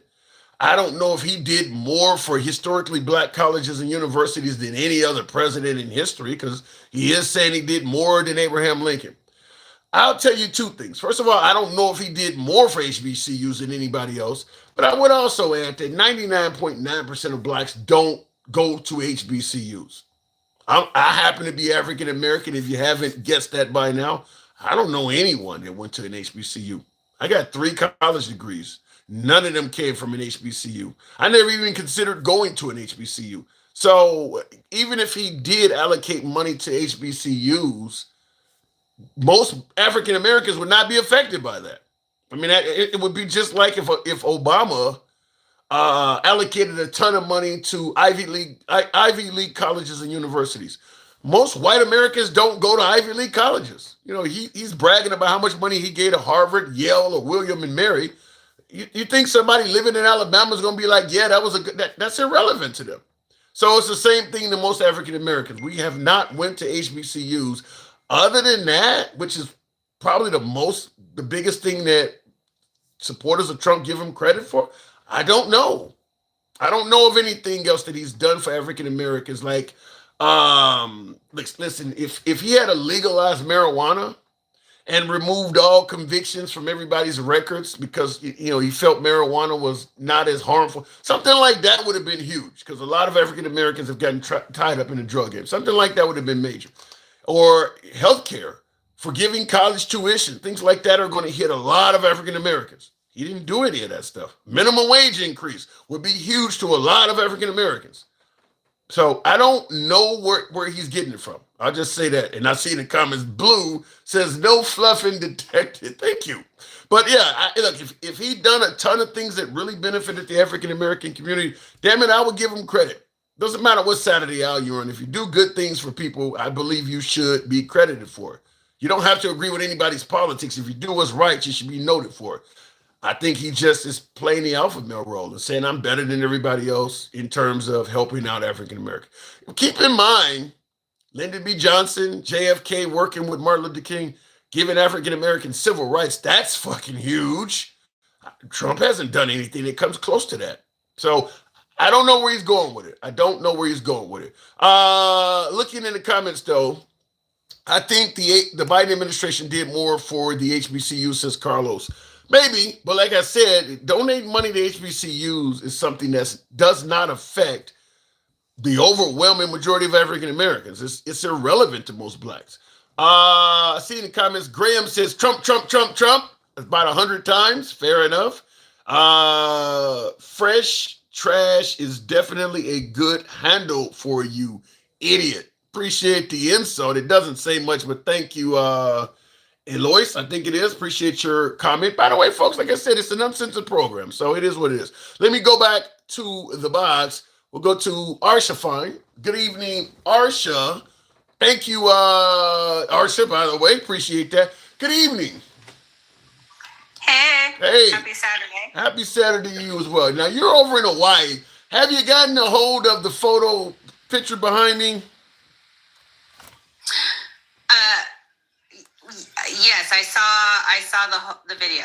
As an African American woman, what does it say to you? I mean, why do you think he posted it? What is the message behind it? Okay, well, the video I think originally started with voting. They were talking about the election, blah blah blah, and then it went into this freaking I don't know worship video is him being the king of the jungle because he loves being a king. And, you know, yes, all of these other people are animals, but he decided to post the first black family in the White House as apes, which we all know back in the day, you know, people or governments or whatever, as a part of their propaganda, would create caricatures of black people, Jewish people. Yeah, but what about the notion that he didn't watch the whole video, he never meant to do this, or perhaps a staffer did it and he was not aware of it? Well, that staffer should be fired. And he, as the commander-in-chief of all Americans, and if he loves us, black people, and he's done so much for us, black people, which I think when he says that, he's actually saying, I ain't doing shit for you. Then he should say, I apologize to my fellow African Americans that this offended you. So then let me ask you. That is the right thing to do. Okay. With this particular thing. Let me ask you a sincere question, and you're saying he should apologize to my fellow African Americans. And by the way, folks, tap the screen, help your boy out with the TikTok cap, go, add mustache, support the program. When you say he should apologize, you know, you titled it as to my fellow African Americans. Just a sincere question. Would the African American community accept his apology, in your opinion? That's for us to decide as individuals. Would you accept it? Hell, the fact that he would actually apologize, I would actually believe he was sorry. But because he hasn't, he's not sorry. So if he did apologize, at least for you, Arsha, he would be right by you. I would, because it never comes out his mouth, I would actually think he meant it. Okay, fair enough. Fair enough. So then, yeah, I guess if he could actually... I might start shitting Skittles before that happens, but yeah. No, don't shit Skittles. You might end up inviting George Zimmerman to your house. So do you think the black community as a whole, though? I mean, we're speculating because you don't know, but do you think the black community as a whole would accept his apology? I don't represent. I know, but you can speculate. That's what we do here.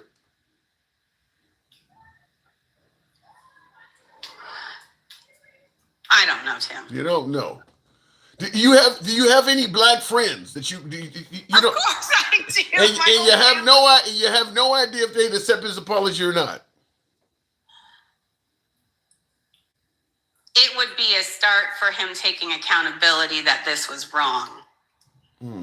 How about this? Straight Talk Commerce says, no way I would apologize for that video. He suggested because the apology would actually make it worse. What say you? So I just love it how,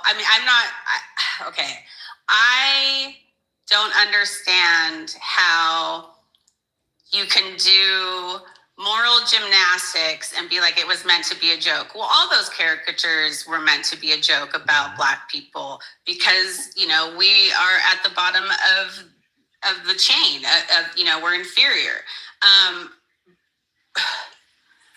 So if it's meant to be a joke, and there's so much outrage from the left and particularly the black community, does that mean it's safe to say that perhaps black people simply can't take a joke? Snowflakes, something of that nature? Because we know that the joke is out of the idea of white supremacy and throwing a breadcrumb. Okay, listen, why did this come out right now? Just like everybody says, every so often, something has to come out just a little bit, even if it only lasts for 12 hours, that reminds the white supremacists that he really is one of them. But wait a minute, you see this video or even this frozen still shot, and you think white supremacy when you see it? Absolutely. Explain. Elaborate. Again, black people are inferior. They are basically apes, not monkeys, apes. And yes, takes away dignity. We're stupid. We're inferior. So let me ask you this then, because it's not uncommon to hear people of color, particularly black folks, refer to Caucasians as crackers. Do you believe when a black person refers to someone white as a cracker, that's a term of black supremacy or something of that nature? No, that wasn't based on the color of their skin. That was based on the cracking of the whip. Look at history. That is true. That is true. So that would be like calling somebody a plumber. Are you upset? That's what you do. You work on plumbing. What do? You crack the whip. You crack the whip. That's a good one. That's a really good pushback. That's a good comeback, brother. Wow. So, I mean, okay. I mean, what I'll say the honk, and the last part of it is key. I'm not going to put them together because I don't know if the apps will censor me. But what about when blacks use that against a white person? I haven't heard somebody use that term since Richard Pryor. Come on, Tim. But when he used it in George Jefferson, but when they were using that, was that a reference to black supremacy? No. We were in no way saying that whites were inferior to us based on where they come from or the color of their skin. It's an insult though, right? Oh, well, me calling you a dick is an insult. Doesn't mean I think I'm... Yeah, but you're not going to call me... You don't call specific races of people dicks. You might... Any guy that you might not like. Hell, maybe even a woman you may call that. But I'm saying when it... The honk... Like to ask any YT person out there, are you offended if somebody came up and called you a honky? Or would you... Seriously, when is the... I've never used that word in my...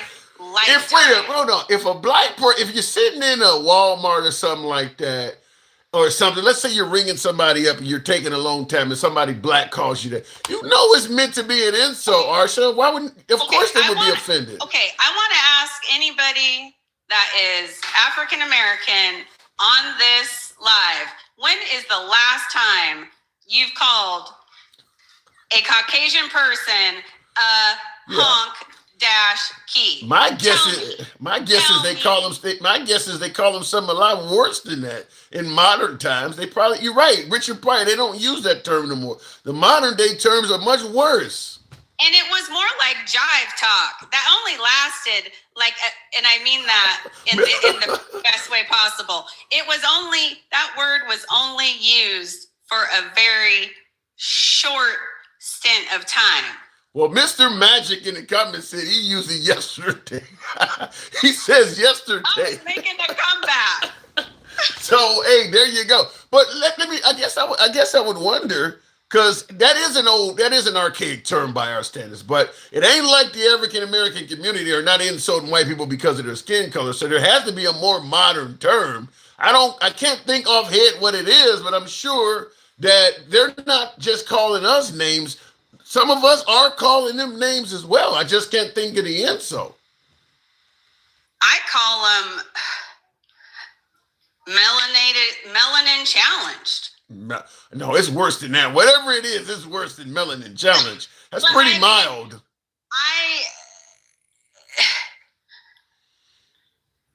I think this whole conversation about this is stupid. We all know what listen, it is. I do too. I'm not a fan of it, but and for MAGA reacts, I am sorry, man, but you first you say you voted for Donald Trump because you believed he had common sense, and then you say he's stupid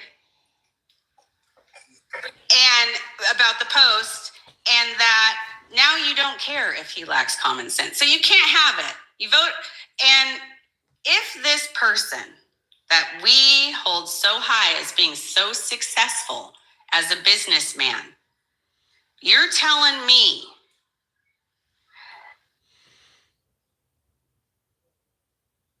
he can't watch a video? He is the president of the United States. He is not you. He's not me. And his administration is, or whoever his staffer is representing our administration. Well, let me Let me somewhat defend MAGA since he's not here and give you a little bit of a pushback. When it comes to Trump having common sense, obviously the excuses they're giving for why Trump posted this video is a complete lack of common sense. You know, posting stuff you haven't listened to or you haven't watched it in its entirety. But the common sense that may have led MAGA to vote for Trump, common sense is you got enough sense to know actually what a woman is. You got enough sense to know that our border should be secure and you shouldn't just let anybody in here. Common sense that you shouldn't run businesses out of your town with regulations and high taxes. That's the common sense that they're going to suggest that led them to vote for Trump and to stray away from liberals. Common sense is finish the ballroom before you start renovating another place. Well, but the ballroom is coming from non-taxpayer funds. It's coming from personal donations. Listen, we are all living in brain rot reality. Meaning, what does that mean? It means it's like every day of our lives, we are just scrolling through what the hell just happened today. Because we can't, this man anymore. You're kind of going in and out. Real quick in the comments, Handsome Evil Finger says, tell Arsha finds she's feisty and a real talk woman. He says she can call me anything because I'll do anything for her. So you do have a fan out there, Arsha. You do have a fan out there, including me. You do have a fan. Thank you very much. I forgot what I was going to say. Let me ask you this. What has Trump done that's so bad in terms of running the country compared to Biden? Because some folks say Biden was asleep at the wheel. What say you? I thought, okay, this man talked about getting justice for these victims of Epstein. Now he's saying it's done, over, nobody cares anymore. I'm sorry. I'm pretty sure the hundreds of women still care. So I got MAGA that suggests Trump never ran on releasing the Epstein files. That was something that the Democrats are again, hear no evil, see no evil, and they believe this man doesn't speak any, and it's right in front of our eyes. It's the disconnection of reality these people have. And the fact that this guy, this man, the president of the United States, can basically claim stupidity and ignorance, and you'll be like, okay, that's okay. No, he's claiming. I thought we were supposed to make America great again, not Argentina with all our money, not Venezuela with our money. I feel like his focus is on so many other things, but I'm not reaping anything from this administration. Wow. Well, look, under Trump, the price of gas has went down. Some would say the price big fucking deal. How is that a big deal? People put gas in their cars, truck drivers. That is benefiting Americans, is it not? Tim, I thought by now Ukrainians and Russians would be living in peace. Yeah. You know, yeah. I didn't think we were going to have a commander-in-chief that would pardon drug dealers and sex traffickers, but it makes sense. They're his friends. They're a part of the same crew. I didn't think that we were going to be pardoning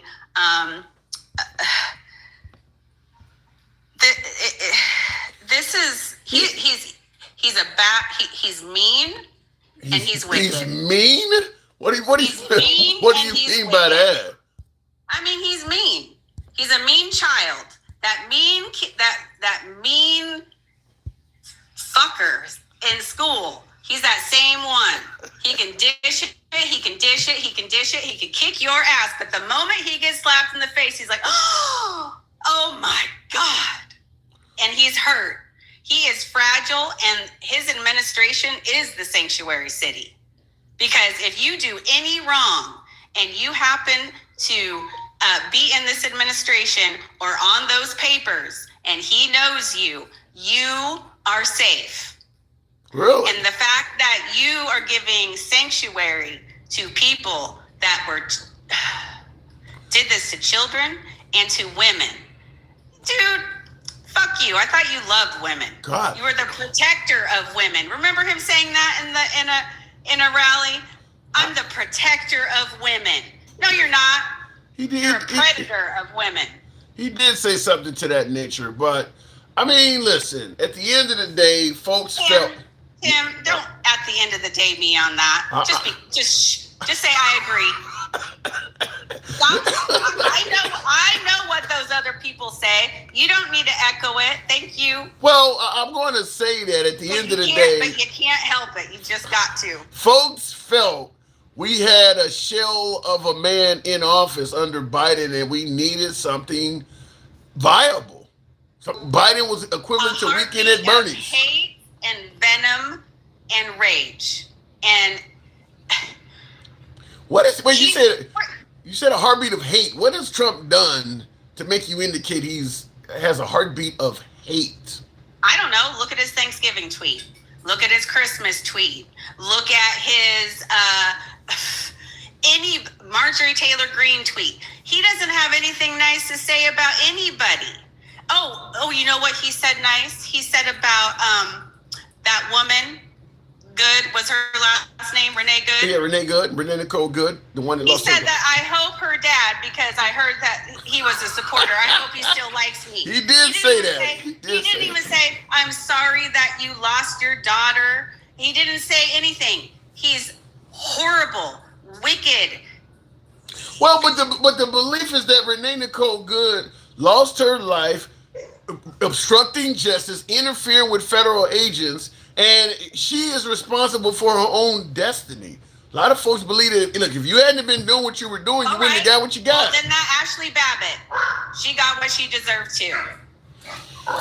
So be quiet. Well, Ashley Babbitt is She was actually going into a freaking building instead of trying to move her car. Be quiet. Well, and these immigration ICE going into polling places, that's not your job. What is your job? Immigration, customs, enforcement. Nothing about there. Wait. If he is the president of this great nation and there is election fraud, it is his job to make sure the elections are free and fair. For him to win. Well, that could be the end result. That could be the end result. He truly is making America great again. And you can't say he doesn't speak on race. Okay, Obama didn't speak on how I'm going to help the black people. But gosh dang it, because I'm trying not to swear. I'm sweating right now. I'm so mad. Look what you do to me, Tim. Anyway. I'm blushing. I'm black and blushing. Along with J.D. Vance, along with Stephen Miller, I'm gonna make it so that white men aren't discriminated against anymore. What's wrong with that? If white men are being discriminated against, what's wrong? Nobody should get discriminated against. What if he believes white men are being mistreated? What's wrong with that? Okay. Why not? I'm gonna make sure that there's no discrimination. Why are we only going to protect white people? So it's not like Obama went up there saying, I'm going to only protect black people. He didn't even mention protecting people. So what is this, a wording error? So he just worded it wrong? It's not a wording error. No, Tim. I thought he was the smartest person on the earth and he had common sense. He has 3 more years. Get him in time. I got to move on, Arsha. You got to give him time to make excuses so these people can listen. There are no other idols. Do not worship any others other than me. These people, I see bumper stickers. Love God, equals Trump on their thing. I'm sorry. I am sorry. They are now idolizing a man. If you get a tattoo of Donald Trump on your freaking Tim, I love Michael Jackson. I love him. I Lenny Kravitz, hot damn. He Yes. I do not have him on my car. I do not have them on my body. I'm a grown ass person. I don't even have a poster. I loved Obama. I didn't have a poster. I get it. It's a bit far. I got to move it on, but I do get it. You shouldn't be putting tattoos of a president on your body. I do get the idolization part. Arsha, thank you for coming through. All right. All right, appreciate it. And there are, she's right. There are Trump supporters that do have President Trump permanently tattooed on their body. I don't even recommend getting your damn husband or wife name tattooed on you. Nothing is permanent. I just don't recommend doing it. But there are people, I mean, they don't just have Trump, they got his whole face and everything on him. I don't get it. If you want to talk about derangement syndrome, to me, that seems like it would fit the definition. In the comments, I'm not going to be able to pronounce this, so I'll just say 6835 says, venom and rage is exactly how the leftist is described. Yeah, but I mean, is it accurate? Do you believe the left is full of venom and rage? Let me know in the comments, 6835. The first name of that, Nicoya, there's no way I'm gonna be able to pronounce all that. Looking in the comments here real quick, what does that say? Handsome Evil Finger says, Trump needs to be hog-tied. Damn. He's the king of all pigs. Support your handsome liberal. Let's reach that TikTok goal. And don't forget MAGA reacts is gay. You say the most shocking shit. Appreciate it. By the way, he is right, though. Tap the screen. Oh, my God. Evil Fingers. Tap the screen. Get me on up to 110,000. We can make that happen. Putting on my spectacles so I can see. I can't believe he just said that. Wow. Tap the screen. Get the likes up to 110,000. This is uncensored programming. We don't block, ban, or censor anyone for their commentary. Go left of Mom Donnie. We go left of Mom Donnie till I'm having dinner with Q. You can be critical of anyone on the program, including yours truly. This is all about free speech. You're going to hear comments you favor, comments you disagree with. That's how free speech works. Anyway, looking in the comments, your kids' names are okay for tattoos. Okay, I'll go with that one, Jeremy. That actually is a decent comeback. I don't have any. But I do see putting your child's name on your body for a tattoo. That is a long-lasting, permanent relationship. That one I can agree with. I get that you're supposed to get married. The vows are until death do you part. We're in a country where 50% of the marriages don't make it, so I would not put a spouse on my body. But the child, I can work with that. It's certainly not a president. That's crazy to put a politician's name on your body. That is fucking crazy. He said it. Oh my God. Who said that? TFI9901 says, until you find out the kid isn't yours. Wow. Can you imagine you don't put a kid's name on your body and it ain't even your shorty? You see people all the time with the big black patch of a tattoo on their body because they don't cover up some shit they put on by mistake. That would be terrible. Wow, that would be terrible. To tattoo a kid on your body and it ain't even your shorty. Let me go back to the box. We'll make it happen with the one and only Straight Talk Commerce. Good evening, Straight Talk. So you're saying that I should remove the full back tattoo of President Trump? I'm saying you don't have that bullshit on your back. I don't have a tattoo. Right. Dude, someone asked me if I would tattoo my wife to somewhere on my body. I said, which one? And she didn't speak to me for like a week. Well, you could look like the Red Baron. You know, when he would shoot down an aircraft, they would put an X. You put an X through the wife's first name and X through the second one. I would have to do that, my friend. I would have to do that. Hey, listen, I want to clear something up, okay? There were actually some things that Mo Betta tonight said that I was right in line with. It kind of scared me a little bit. And then she went on the JonBenet Ramsey thing. And that has been debunked for some time. The FBI made a special,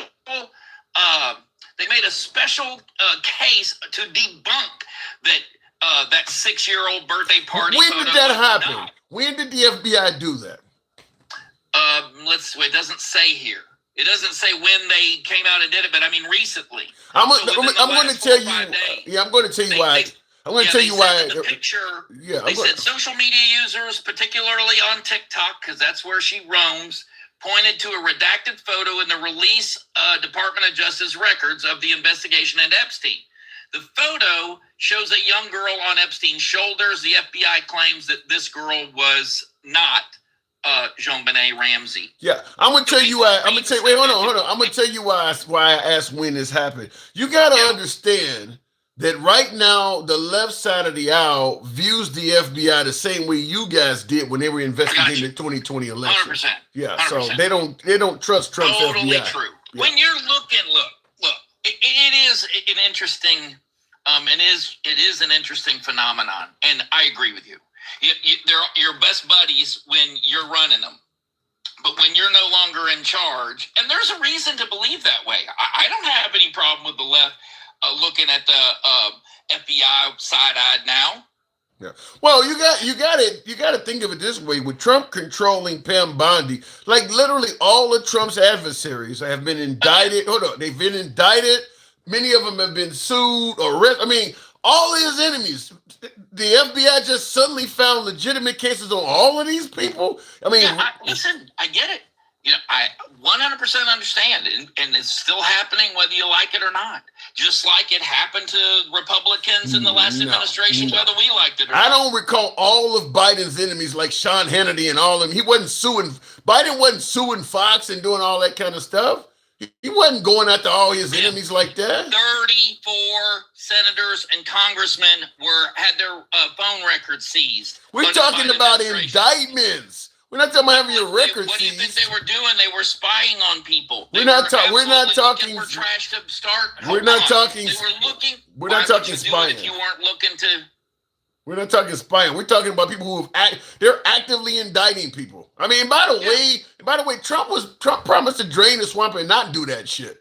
He was gonna be better than Biden. You drain the swamp, and they had their shot at Trump, and the best they could come up with was 34 counts of one felony, and they got a court together, found him guilty. You guys are always talking about that. I mean, give me a break.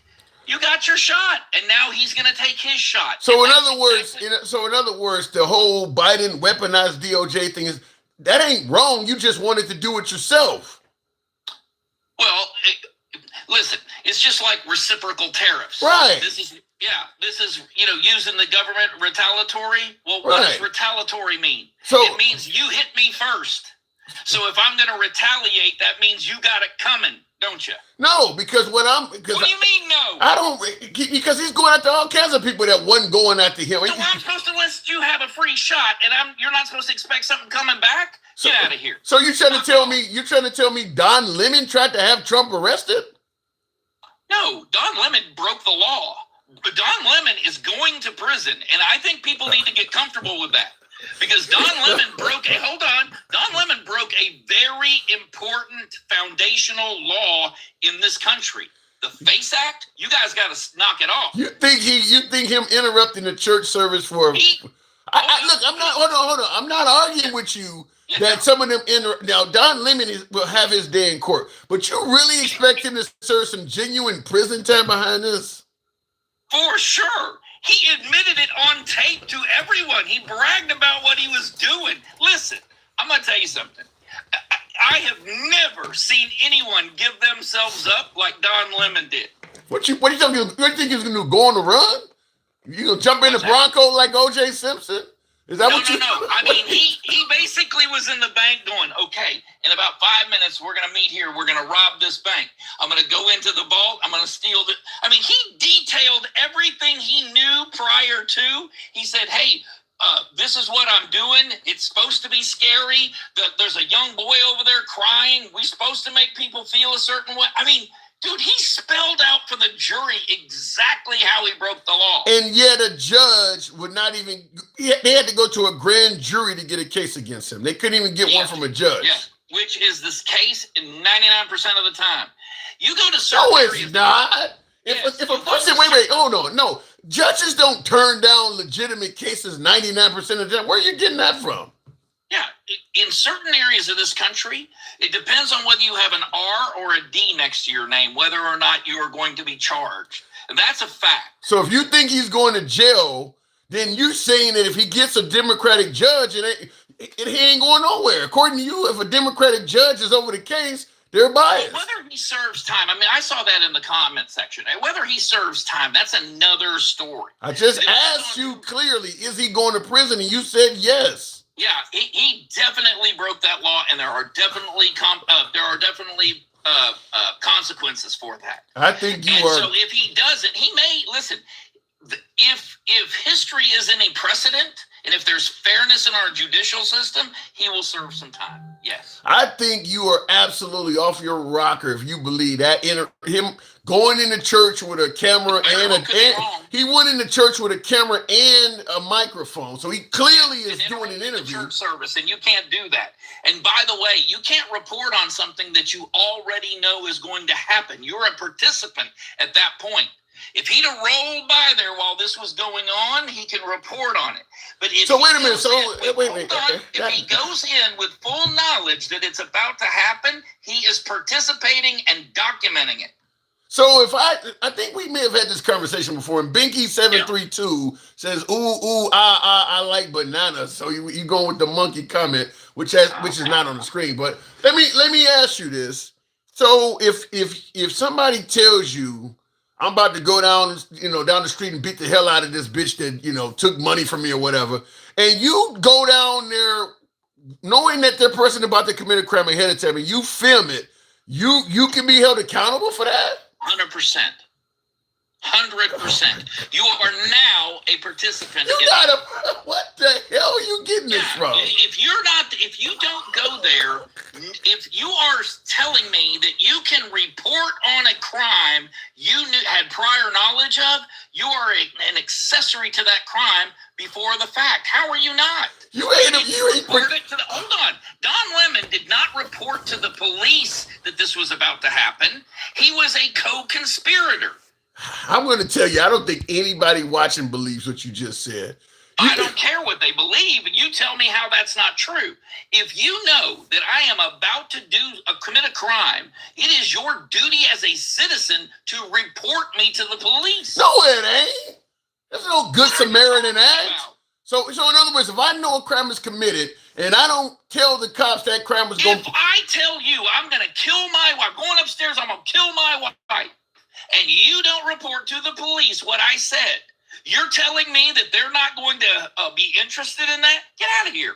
If I steal from the grocery store, we're going to the grocery store and I'm going to steal something from Ralph's, and you sit in the car, I ain't part of this. No, sir. So let me ask you this then. So full knowledge that I went in and got some pork chops. So what are they going to charge me with? If I knew you were about to go kill your wife and I didn't... Accessory. Oh my God. I'm an accessory because I didn't tell? So I got it. So I have to snitch or I'm a felon. If you know a crime is about to be committed, and listen, no one's saying that Don Lemon knew that a crime was about to be committed. He's that dumb. He didn't know that he was breaking the FACE Act. He should know. I wish I had a lawyer. Journalism school should have taught him that he was about to break a federal law, a very important federal law, by the way, because that is the freedom to assemble. You have no right to go into that church and disrupt a religious service. I wish you guys could cite me some kind of law or something that says it. Real quick, hold on, Handsome Evil Finger. Hold on, hang on. You can do that. You certainly provided if you look it up. Handsome Evil Finger says choke mouth commerce. That's a play on your name, Straight Talk Commerce. Is that really? Says choke, very good one. choke mouth commerce. He is smoking Trump stuff. He's smoking Trump stuff. That's what lover of Trumpers do. They smoke that crack. So he suggested you're smoking some kind of MAGA drug there, Straight Talk. All right. Okay. I don't know what to say to that. I mean, he can't even come up. You need to start. This is the type of person needs to start using AI. That he is, or she is what AI is for, to help you be more creative. I thought he was going to say you were smoking a man's pole, so at least I think he was lenient on you. Hey, look, he was lenient on you. Everybody is, we're supposed to be tolerant of that now, I thought. Well, according to your president, we should be able to take a joke, apparently. So yeah, man, I got to tell you something, okay? A couple things about that. The president needs to be responsible for his own social media, whatever's going out over his own social media, okay? I think he is. I think he is responsible. I am not qualified to tell you whether that is racist because I don't know what was in the guy's heart. I don't know whether if that's how he Let me ask you this way: have you ever in your entire life seen somebody that was Caucasian portray African Americans as primates and it not be considered racist? Have you, a single incident of that in your entire life? Give me an example. Give me an example. No, I can't. I was agreeing with you. Yeah. I mean, I can see if you're looking for that, you're going to find it. You know what I mean? If you look for love, you're going to find love. If you look for racism, you are going to find racism. So I didn't order a pizza. I didn't order a pizza. He delivered this shit. This was put on my porch. I mean, we didn't go looking for racism. He sent it to us. Okay, but that's your perception of it.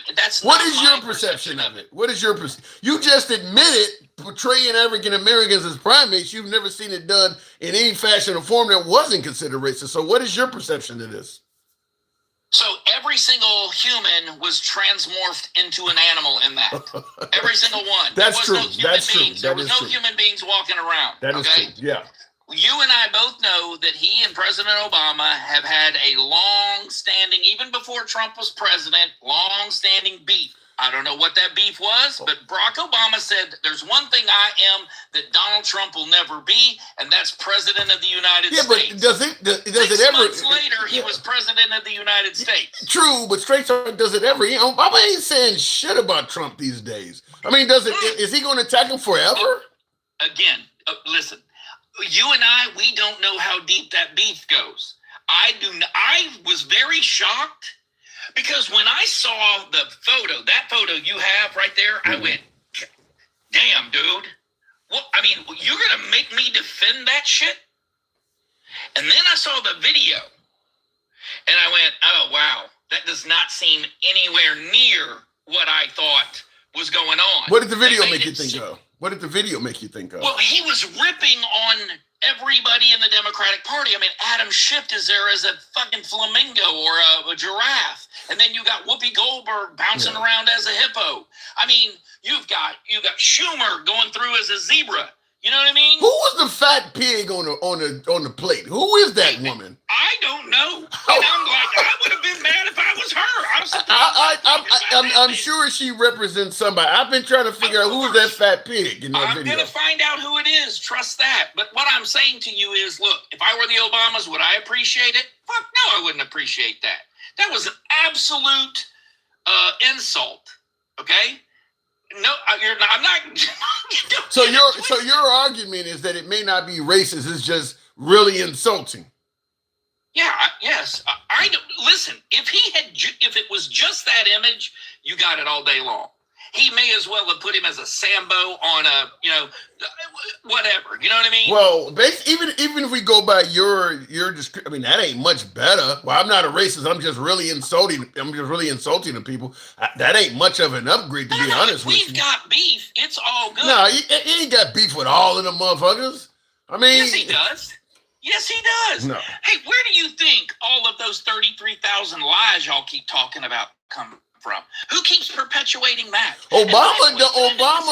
Straight talk, Obama rarely ever is in the news talking about Trump at all. This is outdated beef. This is derangement syndrome beef. Obama ain't said. He's out on Martha's Vineyard, Tim. He's out on Martha's Vineyard minding his own business, and all of a sudden Trump throws a grenade on that. Yeah. He's throwing poop on him. And he still didn't say nothing about the guy. So here's what you hold on. I'll let you talk, but let me just say this. Yeah. This is why I tell people all the time when they say you liberals got Trump derangement syndrome. He lives in your head rent free, and you can't stop talking about it. Trump is shown in the case of Obama. If you don't talk about Trump, then you just gonna be a fucking punching bag. Obama ain't saying nothing about Trump, and Trump keep taking swings at him. Here's what you don't know. What don't I know? So President Obama's working behind the scenes, and everyone in the Republican Party knows this. He's working behind the scenes and working in a capacity where he's a community organizer. He has not relinquished his power over the Democratic Party. He is definitely an op in Trump's eyes. And Kamala Harris too, because she's in the video. She constantly says stuff about him. She's in the video too. Yeah, that's what I'm saying. All of the people that are currently working against this president are in that video. Where's the evidence? again, every single thing that Trump comes out with, he wants to do, it gets opposition from the entire Democratic Party. And here's why I'm happy about that. Because when these things work, you get no credit. You cannot, like Elizabeth Warren.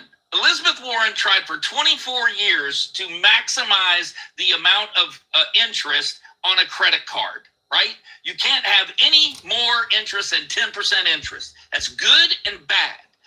She tried for 24 years to make that happen. Okay. Trump did it in 4 days. Yeah, but guess what the right was saying when she was trying to do that?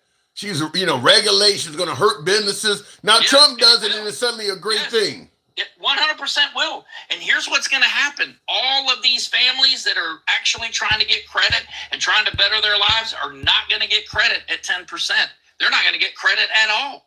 So the president is limiting the amount of interest on those credit cards, and he is doing that for people that can get 10% or 1% or 5% interest on a credit card. So, Elizabeth Warren was trying to do that for some 20-some years. President Trump did it in 4 years, and we're going to find out that it was one of the most harmful things to people in a very, very, very long time. So you believe what Trump has done is a bad thing, then? It's not going to be a very bad thing if you're a poor family. Let me ask you something, because Trump made a lot of promises in terms of making America great again. What has he done in your opinion? Give me 3 things he's done that's good for the average American, how it affects their life and how it positively affects the life of the average American. Yeah, those tariffs were probably the greatest thing an American president has ever done for this country. So right now, the average American, as we speak, the average American is benefiting from those tariffs. Is doing tremendously. How? Tremendously. In what way? In what way? A number of ways. Number one, we are onshoring manufacturing, and we're bringing, and the prices for goods are going to drop. That's in the future. I said right now. You're giving me stuff in the future. What do you mean right now? Give me 3 things he's done that we can see right now for the average. You're giving me stuff in the future. If it happens, I'll give you credit for it, but that's in the future. Those prices are dropping right now, but let me give you another example. Another example of this is gas prices. You said it earlier today. Gas prices are going to continue to fall. And that really helps, especially the poorer people that have to commute to work, and their food prices are going to come down. I'll go with gas prices. Give me another. With fuel prices dropping, you can heat your home, you can get to work, and you can do But things. The problem is that I normally would agree with that, but the problem is while the price of gas is dropping, the price of energy is going up. That ain't happening though. Just like when the price of gas goes down, it's cheaper for trucks to go across the country. So normally the price of goods and services goes down. That ain't happening. No, it ain't. It is though, and here's why you're misunderstanding this. Okay. Because you want everything right now, like a toddler. Am I wanting it right now like a toddler, or is that what he said was going to happen? It is happening, but it is happening at in a way that you don't perceive it as right now. In other words, if you say to me, I'm hungry, and your mama gets up and starts cooking you dinner, you still haven't eaten yet, and you're fussing. She's cooking it as fast as she can, okay? Okay. But you're fussing, and your little belly hurts. And that's where you are right now as far as this economy goes. Let me get back to the tariffs. Okay. All right, because by the midterms, by the 3rd year of President Trump's administration, and probably lasting into his next administration, you're going to see prices in this country fall to levels that you're not used to. And you're going to be seeing the technology increases. You're going to see manufacturing increases that no one in the world has ever seen before. I think the problem is a lot of the things that folks are saying that most of the Trump stuff is predicted in the future. When I think, let me play something for you, because you said like a toddler, how you gave a good example of your mom's cooking and you want it right now. I want you to hear this. I will cut the price of energy. Hang on, let me actually turn up the damn volume so you can actually hear what the hell I'm playing here. And I want to get your opinion on this, because this falls in line with what we're discussing. Price of energy and electricity in half. Ready? 12 months from January 20th to take office on January 20th, your electric bill, including cars, air conditioners, heating, everything, your total electric bill will be 50% less. We're going to cut it in half. And we have it. We have the power to do it because we have it. We don't need ships. We don't. Okay, now he took office in January 20th, so he's suggesting that by January 20th of 2026, your energy prices are going to be in half. Did that happen to you? Well, no, but here's also, let me just say, President Kennedy said at the end of this decade, we're going to launch a man to the moon. You know what I mean? Presidents make aspirational comments like that. This is what I. So do you understand, based on his statements, do you understand why some toddlers are crying that they haven't been fed yet by their moms? Well, listen, no. And here's why. Because if I can understand if you're a toddler having that reaction. Let me ask you, too. Is this, when it comes to what he just made there, is it promises made, promises kept? Yes. Because he did everything that he said he was going to do. Now, is it happen in the time frame that you're happy with? Absolutely not. And here's one of the reasons why. Because when he did not expect that you were going to fight him while he was cooking dinner. Why the hell would any politician expect that he's not going to receive resistance in fighting? Who has ever been president that did not receive that? Yeah, because we don't do that to the other side. We do not take. How many times did we take Obama to court on everything that the guy wanted to do? We sat. So you just sat back and cooperated and let him pass the Affordable Care Act. Did it pass? Yeah, but it wasn't because it was because it was all Democrats. Did we sue him in court every sentence? Did we take him to court and say you did everything you could? Exactly the shit we thought it was going to be. You did everything you could. You did everything you could to stop Obama from doing everything he wanted. Even Biden's border bill. No, Tim. That's not true. We did everything we did everything we could to warn you against passing that piece of shit, and you still did it. And you did it without reading it. So you didn't actually fight Obama's policies at all. You just warned people. If Nancy Pelosi stood outside that Senate chamber and said, we'll have to pass the bill before we can read the bill. That didn't answer my question, though. The Republic, you guys did not, because you're saying that he got fought. You're saying that when Democrats are in office, Republicans weren't fighting against him at all. Huh? Republicans didn't vote for that bill, no. But we didn't fight against it. We offered amendments to it. What's the difference? We can make it better. That's something you guys don't do.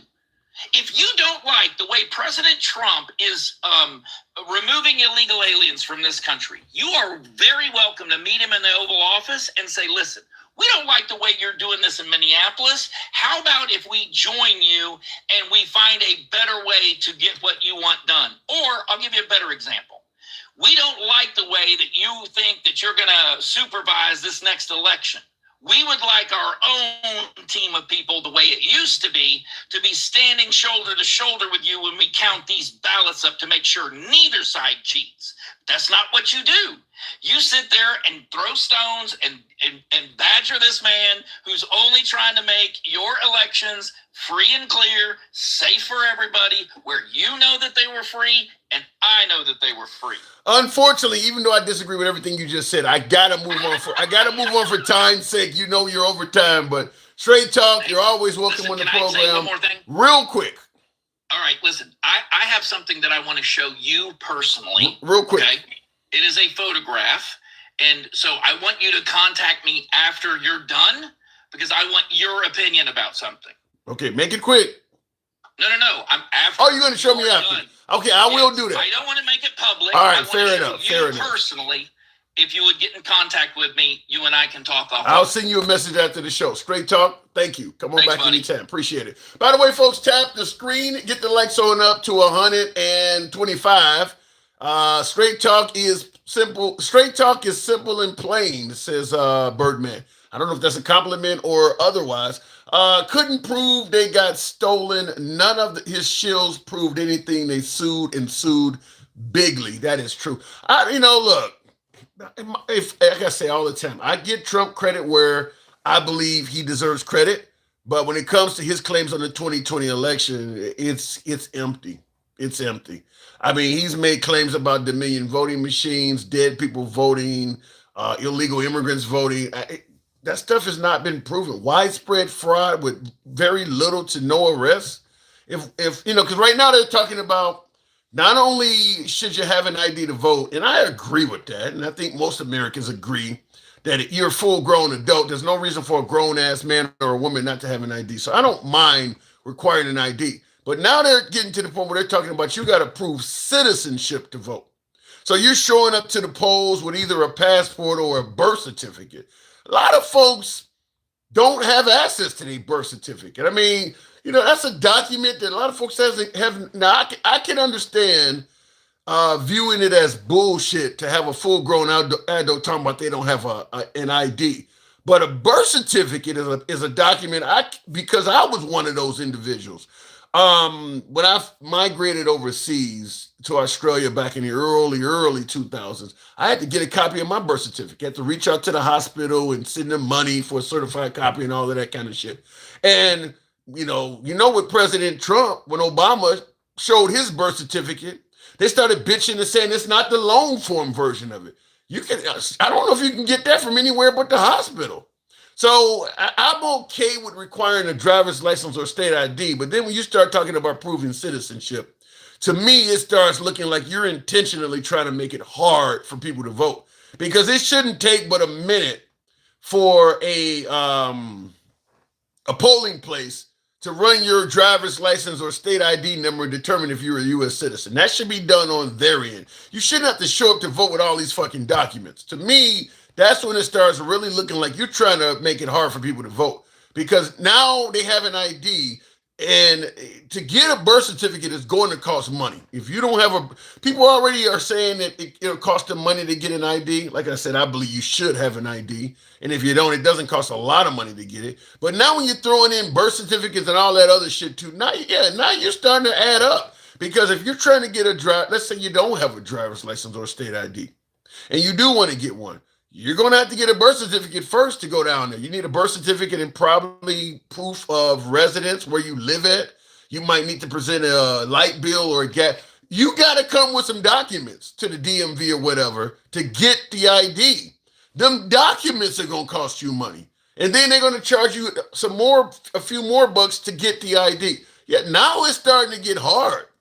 Not super hard, but it is a hurdle. It is a hurdle to make it harder for somebody to vote. So I'm not a fan of requiring actual citizenship to vote, unless I see a whole wide variety of proof that illegal immigrants have been voting. I believe the Trump administration trying to indicate that a lot of illegal immigrants have voted is making a mountain out of a molehill. I don't believe that has happened to any significant number at all. I just don't believe that. I believe that is something they're just telling you so they would legitimize what they're doing. A violation of the 19th Amendment, says Mr. G, also says MAGA ain't shit.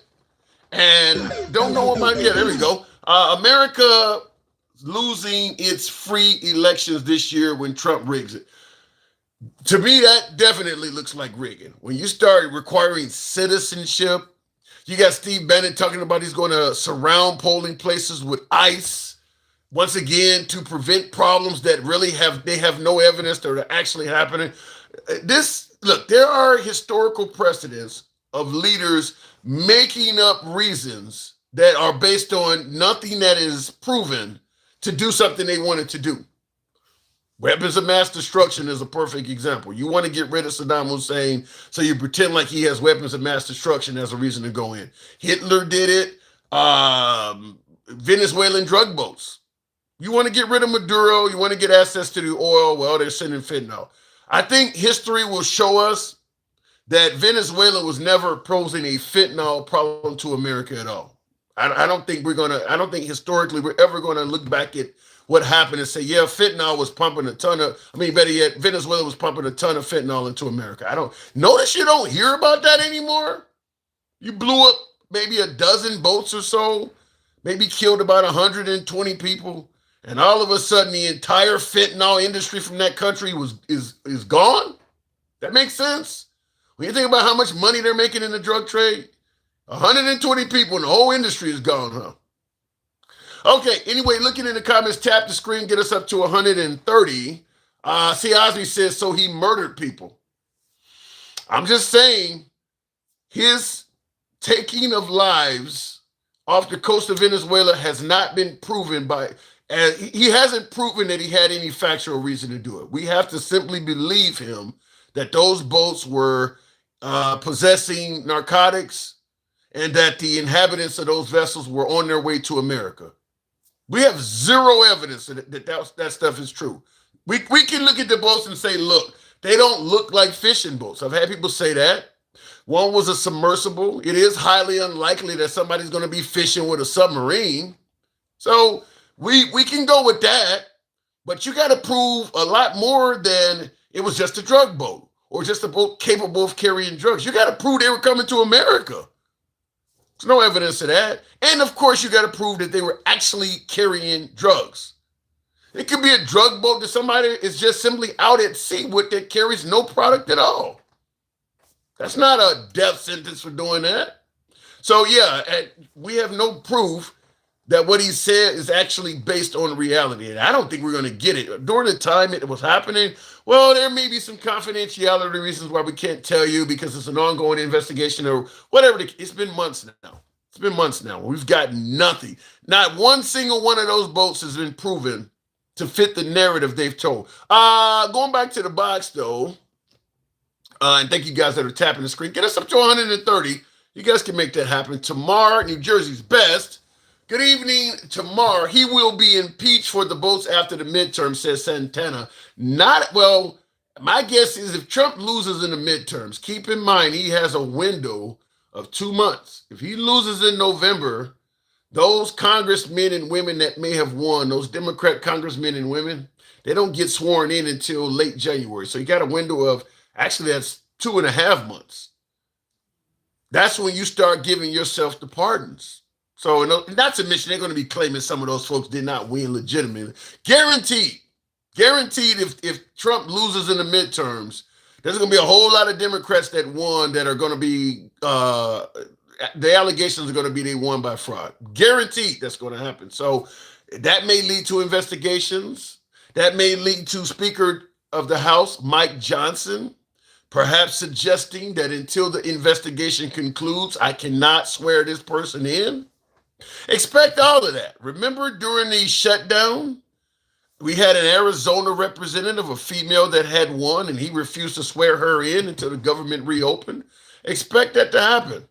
Expect there to be investigations alleging fraud. It won't be any Republicans that won by fraud. It'll be all 100% Democrats, as he's already stated, that we need the Republican Party to take over the elections in at least 15 places. You think any of those 15 places happen to be Republican strongholds? No, it's all blue cities.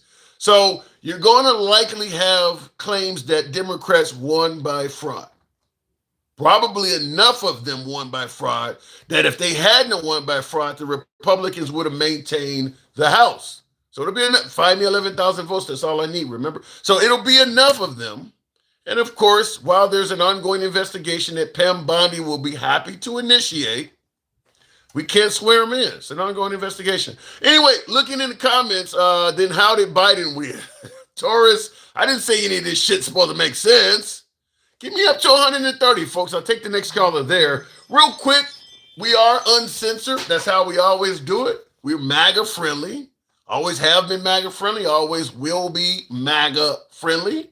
Liberals are welcome as well. You can be critical of anybody on this program, including yours truly. So this is zero censorship here, folks. If you favor zero censorship, and you happen to be watching us live on Instagram, TikTok, or Substack, we're now live on Substack, feel free to follow the program. If you're watching us live on YouTube, give us a sub. And by the way, for my YouTube viewers, I'm going to ask again, click that like button, smash that like button. It helps out with the algorithm. We're here most weekdays, so give us a sub, follow the program. In the comments real quick, stop picking up that hat. What's wrong with the hat? Don't you feel like the country is getting great again every time I hold it? What does this hat mean to you? Let me say it like that. You're outside late at night. Maybe you just came from, you just came from a bar or something. You're about to go in your house. You see 5 guys coming down the street. They all got the hat on. What does that say to you? What does this hat mean to you? Anyway, while you guys are thinking about that, let me go back to the box. We'll make the program work. We'll go straight to Gen X. Fuck around and find out. Good evening. Gen X. Ladies and gentlemen, Gen X.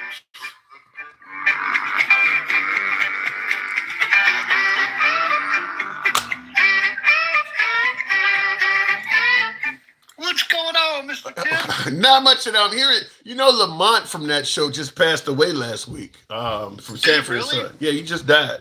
Oh, I didn't know that. Yeah, That sucks. That's one of my favorite shows. Yeah, he just died last week. So let me see the comments. James Harper says, "Here comes the toothless wonder." Let me ask you, what actually happened here? They're talking about he didn't watch the video or he didn't watch the end of it. What actually happened in your opinion? What do you think? What you believe what they're saying, or part of it, or what's your analysis on this? Unfortunately, yes, I do believe it. I would much rather it be on purpose, that he just fucking went buck wild and did some crazy shit that's hard for us to fucking defend. That's just me. But I don't know, Tim. I wasn't there. Do I think it's plausible that their excuse holds water? Yeah, I think it is, because I personally screenshotted videos from X, and I know that they automatically scroll, and by the time you can stop it and I go back in and I edit my videos and I watch them and I see the end and then I edit it and cut the end off. What would you be watching on? Where do you? Because I watch a lot of videos on social media. I don't get shit like this on my feed. So for you to get this on your For You page kind of makes me wonder. This is very similar to the video I posted of him talking about blacks are responsible for 81% of white homicides. And he was like, I picked it up from somewhere. Where is he finding this stuff? Do you know what the original video he was watching was? The point he was trying to make? What? It was about voter fraud and the machines and the glitch in the CPUs with the machines. Okay. X is very random. X isn't like TikTok where they have a. I watch a lot of X. I watch a lot of X, Gen X. I am on X. I'm on Rumble. I'm on a lot of right-wing platforms as well. I don't get this shit. I do. I get it. I was. All right, you got that one, motherfucker. You got that one.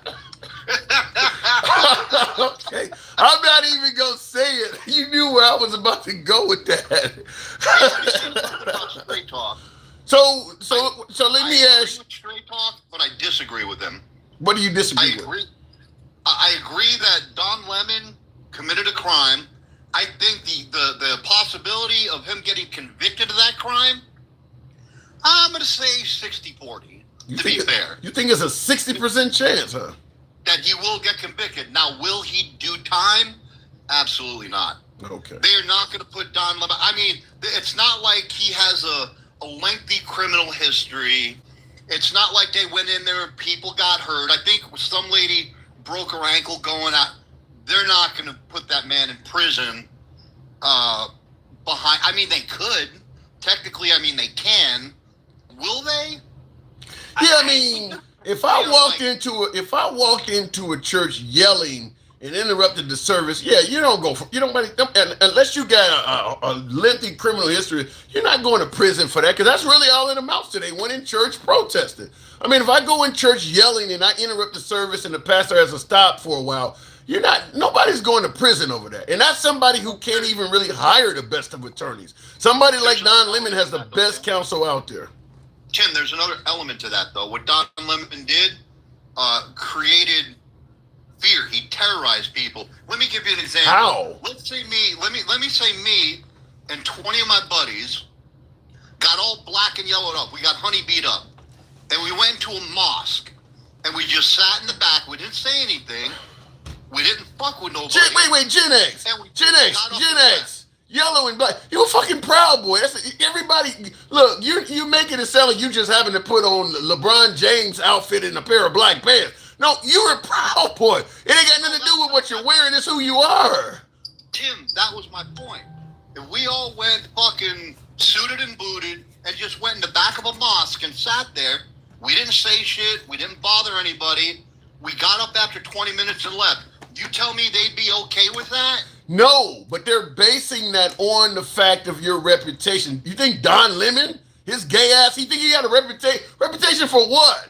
Putting the mic in your face? Don Lemon don't have a reputation like the Proud Boys.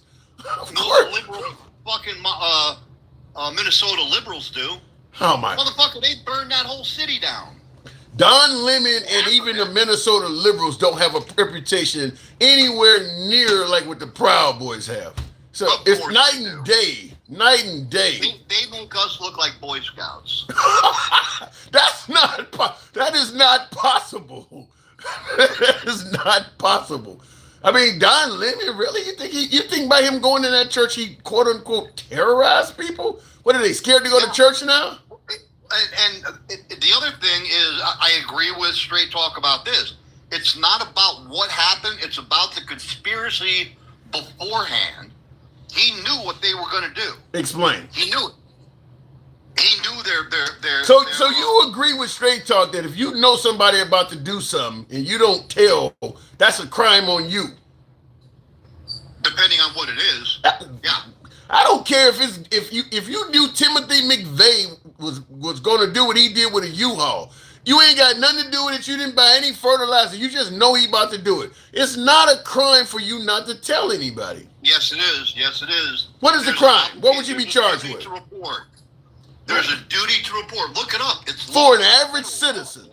So an average citizen has a duty to report. Don Lemon's not an average citizen. No, he's a well-known so-called journalist. I don't even think I'd be curious to see even if I know teachers have, if a student's being abused or something, they got to. I mean, there's some professions where they do have a duty to report, but an average citizen, I've never heard of an average citizen saying they have a duty to report. Let me tell you a law we have here in Montana. I believe they have it in the Dakotas too. If it's a certain temperature out, I think it's 10 below zero or something, and somebody's walking on an interstate and you don't pull over and offer them assistance, that's a crime. That's a crime. If it's 10 below and somebody is stranded, as a driver, you have to offer them assistance. Yes, it's a crime if you don't. Look it up, Google it. Your whole fucking chat can be like, oh, it's bullshit. Google the shit. Yes, it's a crime. Well, but that's not what we're talking about. It's similar. I get it. It's similar. I've never heard of that either, but it's similar. But what I'm saying is, if I know somebody's about to commit a major felony, you do realize snitching can put that person's life in jeopardy. So if I snitch, get stitches. Snitches get stitches. Those old church ladies would be shanking him. I want to ask Alexa. Alexa, it's my Alexa. Alexa, does an average citizen have a duty to report a felony in progress? Generally, there's no legal duty for average citizens to report crimes they witness. However, some states have specific laws requiring reporting of certain serious offenses like felonies, especially if you're in a position to do so safely. Okay, so it could be. I mean, that doesn't prove me right or you right. In other words, it might be, it might not. I'd have to look it up. It's a gray area. It's a gray area at best. That's crazy. I have never heard of that before. Because look, I'm from the south side of Chicago. If you're from the hood, you've known about crimes ahead of time. I mean, I've known about plenty of people about to do things ahead of time, and it ain't me. But I've known about tons of crimes that were, people who had beefs and all kinds of shit. People who about to rip motherfuckers off, all that. That's why you lie. You knew they were going to do it. I didn't know shit. But somebody, I didn't know shit. They can know everything. If they can't prove it, fuck them. I didn't know shit. Well, I'll tell you something. the lady that organized that protest in Minnesota, she's already on record saying that she didn't tell Don Lemon anything. She said that she told him they were about to protest. She didn't tell him where or anything. She makes it clear he didn't know. There was also a student that just recently got arrested in the last day or two that got arrested on federal crimes, and he snitched. He said Don Lemon knew days before what was going to happen, and he still chose to do what he did. Yeah, but if the organizer says, we didn't even plan this days early, I mean, here's the point I'm making. For them to try to suggest that Don Lemon knew ahead of time, they're going to have to prove that in the court of law and convince jurors. I mean, we know the organizer is already saying it didn't happen. Now, you're saying somebody who was arrested. We need to find out, first of all, for them to give that testimony, did it benefit them in terms of their arrest to give it? But you got to prove that Don Lemon knew ahead of time, and I think that alone is going to be challenging. It is, and there we agree. Yeah, and also, too, we need to find out if in Minnesota, is that one of those states where if you know ahead of time, you got to do something about it.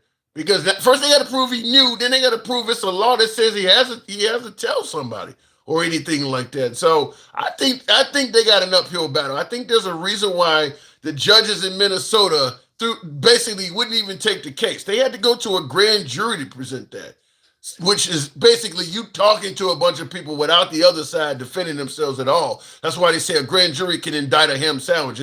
Everybody gets indicted through a grand jury because it's just one side. But when they went to a judge, the judge was like, this ain't nothing to this. So we'll see how it goes when it actually goes before a judge. That's why I gave him 60-40. But regardless of how it turns out, Don Lemon is not going to jail behind it. At best, he'll get a supervised release because it's a federal crime. He'll get a supervised release and have to pick up cigarette butts at a fucking federal monument or something. I think at best you'd be fortunate to get him to plead to some kind of misdemeanor, pay a fine, and be done with it. Agree not to go to the church or something like that. That dude got the best legal counsel there is, and this is a flimsy case at best. That dude ain't paying no significant punishment at all. In fact, you guys are making him millions of dollars making a big line out of that. Everybody's going to his page now. I see him on TikTok now, 6,000-7,000 motherfuckers watching him every broadcast, and that's just on TikTok. He across all these platforms like I am. You guys are making him a fortune doing that. And that's a good point. That's a good point. The support he has now, that's another thing that'll be a consideration at sentencing. Because let's just say if, for the sake of argument, they said, okay, Mr. Lemon, you're going to sit in a minimum security federal prison for 6 months, 90 days, whatever. Man, they would start burning shit down, or they could possibly start burning shit down, looting shit, rioting. They don't want to deal with that shit. Not only that, but you would turn the whole journalism community against the administration as well, because the journalists don't think Don Lemon should be charged with that either. So people are seeing the Trump administration as fucking with people's right to free speech. I mean, they're going at the colleges and universities because the protests. You got a call coming in? No, I'm good. Yeah. I'm good. They're going at the colleges and universities because they claim they're not they're protests because they claim they're not defending Jewish people. He's going at the TV stations and shit, going at threatening to sue comedians. You know, he don't like Jimmy Fallon and taking them off there. I mean, he is attacking people's free speech. I mean, now, if he didn't have that video evidence against him, Don Lemon, I'd be totally in your corner. I wouldn't agree with it, but I'd be in your corner. But that video evidence is going to damn him. Case in point, Trevor Noah. There is no way in hell that Trump is going to be able to sue Trevor Noah. So why is he threatening him? Because that's just Trump. Right. It's just in him to threaten people's free speech. You're trying to scare comedians from talking about that is North Korea type shit. If you say something bad about the leader, we're gonna come after you. I mean, you're just joking, maybe, or as you say, he's just being Trump. But you are threatening people's free speech. Comedians been doing that shit for years. Well, and I agree. Since Benjamin Franklin, political satire has been a fucking cornerstone of our politics. So then you understand. So then you understand why people say that this man is a threat to your First Amendment. Then nobody else threatens to do that. No, I don't believe that. First of all, I don't think when Trump says what he says, when he blurts something out, when they ask him a question and he blurts something out, he even goes down the check mark and says, is this a violation of this, and that? No. I'm not talking about how Trump thinks. I'm talking about how the citizens that are being threatened, how they think. Because he is suing he sued ABC, he sued he's actually won some of those lawsuits because they just settled out of court to pay him. I mean, he is suing people for what they say. He may file a lawsuit on Don Lemon. I have no doubt, but will he win that? I would be shocked if he did. But it ain't got nothing to do with whether he wins or not, Gen X. It's the fact is, people who cannot afford to hire lawyers to fight against him, it's going to make them stand down. You know, somebody like Jimmy Kimmel or Stephen Colbert, they can hire the best lawyers. But some local affiliate news girl that's only making, $80,000-$90,000 a year, she may not want to take certain stories on air because I can't hire a lawyer if he come after me. I mean, so you're silencing people. You're making people's free speech go away. First of all, journalists are under the umbrella of the station, of the network. I'm not arguing with you on law. I'm saying though, he is making. Why don't he know that is the point? He is saying things that goes against the traditional law, and it's up to you and I to know what he's saying is illegal. I mean, people don't expect the president to just say stuff that ain't true. If he's saying this, I don't want to fuck with it. I'm just not gonna do it because he's threatening me. I'm not going to pretend like, well, what he's saying is illegal and the courts will protect me and all. No, you're going to be silencing people. Now, wait a second. You just said he's saying shit that's untrue, so that's against the law? If that's what he really believes? No, I'm not saying it's against the law. I'm not saying it's against the law. What I'm saying is he is threatening people's free speech. If he says, I'm going to come to your house and kill you, yeah, it's against the law. You can't do that. But it's still going to scare the hell out of people. I mean, he's scaring the shit out of people's free speech.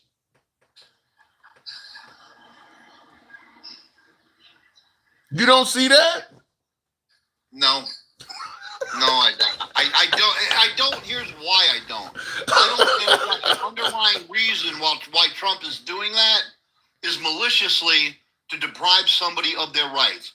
What I believe is that Trump takes it as a personal attack and slander, and he does not differentiate between slander and free speech.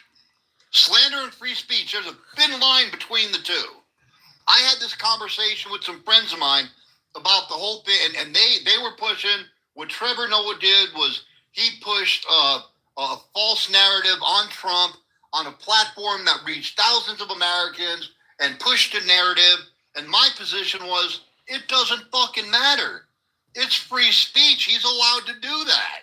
Well, the I'm just going to guarantees that. Yeah, I'm just going to tell you, when you're making threats against average Americans, that's going to scare people, whether what you're saying is something you can legitimately do or not. You are the president of the United States. You are going to scare people and make people back down on things that they may have been legally allowed to do because it's coming from such a high authority. I don't know why you don't see it. Real quick in the comments, though, Handsome Evil Finger says, Tim, you should ask Alexa if Gen X is a proud coyote or is he evil and twisted? LOL. And Gen X needs to recruit chunk mouth. He don't like straight talk. He gives some of the worst names. You disagree with some stuff Straight Talk said, so you don't totally agree with him. But you do lean to it. Straight Talk. I think Straight Talk's very intelligent. I think he talks a little too fast, and he fucking, once he gets on a roll, it's like, dude, slow the fuck down. But I think the man's pretty intelligent, and he makes a lot of good points that I don't think of, and I'm like, damn, I didn't think of that. But when he says something that I know is wrong, I'll call him out on it. I've done it before on your show. Yeah. Well, wait. I don't know if Straight Talk. I know one of my other viewers, Handsome Conservative, agrees because you're one of my guests that do not believe women should have the right to vote, and you believe men have a hierarchy over women. I'm correct when I say that, right? No, I think women should be president. So you do believe women should have the right to vote? Fuck no. Repeal the 19. Get rid of that shit. Let me just make sure. Let me get clarity for my guests at home. Give me your. I think you've done this before, but I just want to get clarity for folks who have never seen me. Why do you suggest women should not be allowed to vote? What they should be allowed to vote on is the type of bread, lunch meat, and vegetables that go on a sandwich. But not who can be president. But not who's going to lead the country. Why not? Because women are too emotional. They're way too emotional. They base their logic on feelings and emotions rather than facts. And I'm not going to do once a month they would. No, women are fucking nuts 24/7. It ain't once a month. 100% of women are fucking nuts 24/7. 100% of them. 98.9, yeah. And almost all men are capable of doing the job 100% of the time. If they're not under the thumb of a fucking oppressive woman, yes. What do you make it sound like women are bad for men? No, women aren't. Actually, women are the best thing for men because they make us not do stupid shit. But let me ask you this, Tim. In hindsight, how many decisions in your past did you not make because your ex-wife fucking gave you shit about it? And now you think to yourself, God damn, I should have done that. But that's called being in a partnership, Gen X. If me and you were... Hold on. I'll give you an example. My question. I am going to answer your question. Probably several. But I'm going to answer your question. But let's say, for instance, you and I are on a ship together, on an island together, something like that, where what we do affects the other person. You know, I'm going to make decisions based on whether or not it's going to harm you as well. I mean, you guys are in a relationship together. Two gay men or two gay women, which I don't think you favor as well, but they're going to... You just make me and you gay men. No. Man, shame on you. I'm saying anybody that's in a partnership, whether we're trapped on a raft together or we're in a relationship, whatever the fuck it is, you are going to make decisions based on whether or not it will affect the other person. If you're married to someone, you can't just do whatever the fuck you want to do. So yes, your spouse is going to do, you're going to have to alter some of the things you would normally do, just like she or he is going to do that. But let me tell you the difference. If me and you are on a raft in the ocean and we're hungry, and you're like, damn, X, I'm fucking hungry as fuck. There's some fish around here, and I point out a shark and say, man, there's a shark over there. You're like, oh, no, we're good. Don't worry about it. A woman would be like, he'll be all right. Don't worry about it. Just go on, get in and get us a fish. That's the difference. So what are you saying? Women are not as smart as men? No, women are smarter than men. Women are smarter than men, but they're not as street smart as men. Explain. Example I just gave you. Lack of common sense. I'm trying to figure out what that means. They're not as street smart because you gave an example featuring the shark, so there was no streets around. So I'm trying to figure out how are women, in what way are women not smart as men? Give me a better elaboration on that. Okay, this guy running for mayor, he's kind of cute. Oh my God, he's so fluffy and he wants to do this and he wants to do that and he wants to do free transportation. And the guy's like, well, I don't know, man. If we get a snowstorm, there's going to be trash piled high in New York City. Oh, that doesn't matter. We'll get over it. So you say... That's what I mean. You say... Women see today, tomorrow, and the day after. Men see a month, 2 months, a year down the line. Because we don't base our decision on emotion. We base them on repetitive facts. Yeah, but you gonna use the fact that a woman might think the mirror. I guess that's kind of a Mom Donnie comparison. You're gonna say a woman might view a mayor or a politician as cute, and that affects her decision. You realize how much money dudes spend over pussy? Go bankrupt over pussy. I mean, we do that way more than women do it. You just made my point. I obviously got to move it on. Gen X, you are one wild character. Always welcome back on the show. We don't agree on much, but you know how we do. Thanks for coming through, Gen X. Great weekend, man. Always a pleasure to talk to you. Same. Tap the screen, folks. Get us on up to 140 Better yet, 150,000. Show the program some love. If you believe women should vote, tap the screen. My God, I can't believe I said that. Smash that like button if you happen to be watching on YouTube. Certainly helps out the algorithm. Just some men behave like women. Wow. Kind of reminds me of the hip-hop song that says, all you ninjas are bitches too. What about the 45-year-old MAGA man who assaulted a teenage girl protesting with school kids in Buda, Texas? That's on video, is it? Or some? I actually saw an article or something of that. I didn't read it because I was busy or something, but I did hear about that. Damn. 45? Fucking with a high school kid? Yikes. Richard Long says, love that, man. President Donald Trump, Michael, and Barack Obama. Is that what we're looking at? President Trump, Barack Obama, and Michael? Who's Michael? I don't see a mic in the video. Or in the on the screen. I know what you're trying to say. It happened in Austin, Portia. I heard about it, but I mean, was the person, the high school kid high school girl wasn't really injured too bad, was? That's terrible. Hopefully he's facing some sort of felony for that. That's horrible. And by the way, his time on the inside won't be good for that. You start attacking a high school girl. I mean, even in the county, it might not be good. So hopefully you said they whooped his ass when he pushed that girl. High school students came to her rescue. Shout out to them. Kel Brew. Yeah, that's crazy for an adult. You and your feelings that much, you fucking with a high school kid? Yikes. Let me go back to the box. I heard the story. I didn't read up on it. I think I saw it. It was recommended to me, and I ended up getting tangled up in something else. So I did hear about it though. Let me go back to the box. We'll go ahead and make it happen with Mike the Boss.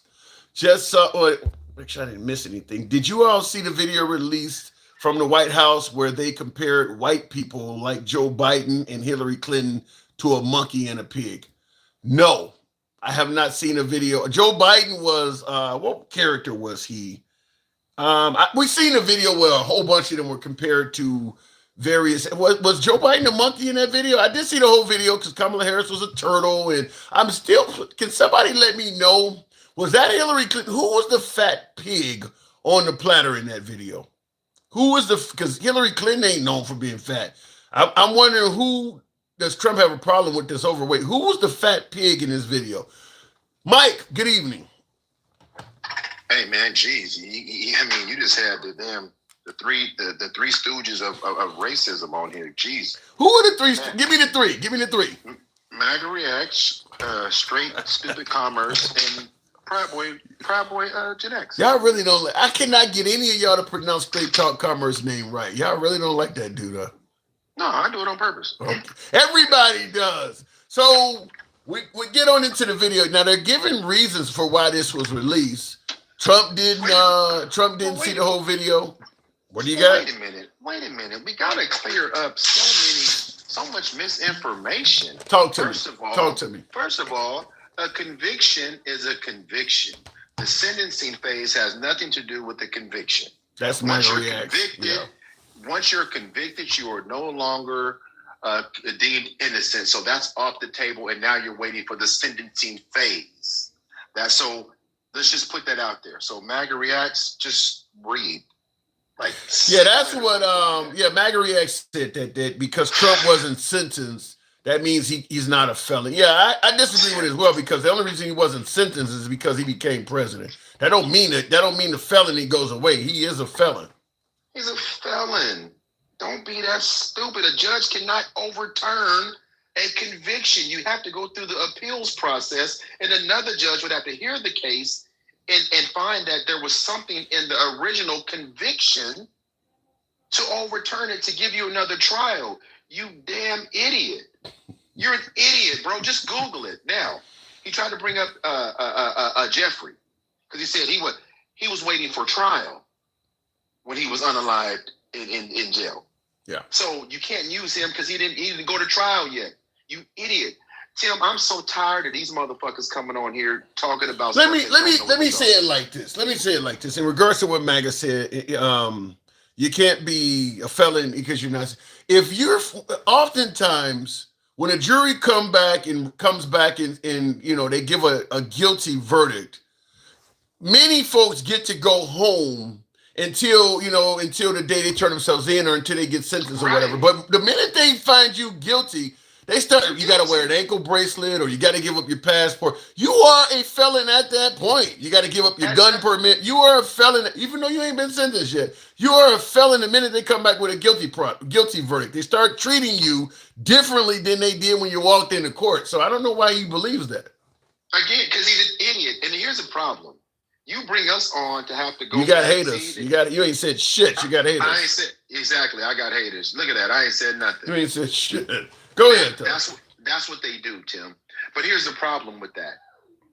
They don't want to hear the truth, and this app doesn't want to hear it anymore. But the crazy part about it is sometimes once you're convicted, you have a completely different jury deciding the sentencing phase. Yeah. Completely different. Yeah. They'll send you home. Thank you for your service, and you can go home. And then they'll bring in another jury to decide the sentence. That's a fact. Now, when it comes to Don Lemon, they're probably gonna drop that case. That's what I'm expecting. I mean, that shit is lame and weak as prison tap. Nobody was injured of any significance. Okay, they didn't get to worship for an hour or two. It ain't like he burned the church down or something. I mean, you think the guy's gonna do some real prison time for that? That's insane.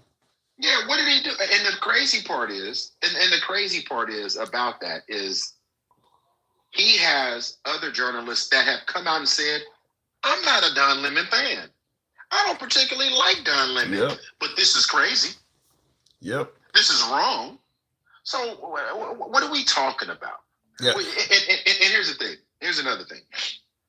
If you go online, reciprocal tariffs are going to cost us short-term up to 40% increase in consumer pricing, long-term up to 19% consumer Why pricing. do you think there are so many MAGA that believe the tariffs are going to be a boom for? Because almost all financial analysts, even the Charles Paynes and the folks on Fox News, and same thing with Fox News Talk, all of them folks are telling us the tariffs are something that are paid for by the citizens. It's not going to be produce all this wealth. And real quick in the comments, unapologetic black man says, I have a felony and I didn't do any time. So, but yeah, why do you think MAGA believes these tariffs are going to produce so much wealth?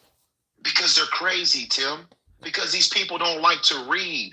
Listen, there's 181 people in here. It's not like, this is what bothers me about all of this. It's not like you have to do a lot to find out this information.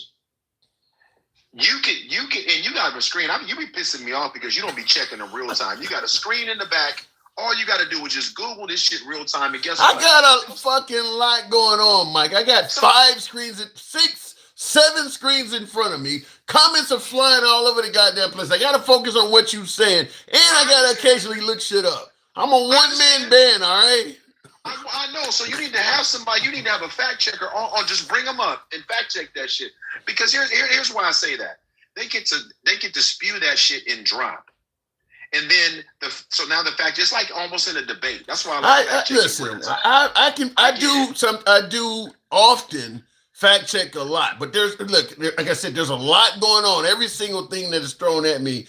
If I fact check that shit, the program I would be talking to each caller 30, 40 minutes each. I mean, but wait a minute.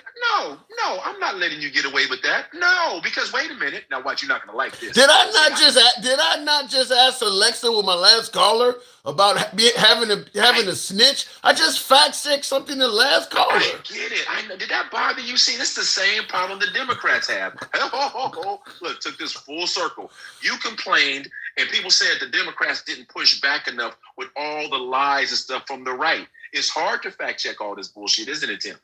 It's hard to fact check it all real time now, isn't it? It's my entire point. It's my entire point about all of this. That's what Donald Trump does, and they don't care. Commerce, Gen X, and MAGA came up here and spewed all of that shit, and 80% of the stuff that they said was completely wrong. And real quick in the comments, C. Osby says you just ask Alexa. Asking Alexa is really pretty much the same thing as asking Google. So no, I understand. Yeah. I get it. But my point, and I'm not disparaging that. But what I'm saying, it's easy to say, once you're convicted, you're convicted. It has nothing to do with the sentence. You're a felon at that point. I don't even need to fact check that. I mean, that's. I know you don't.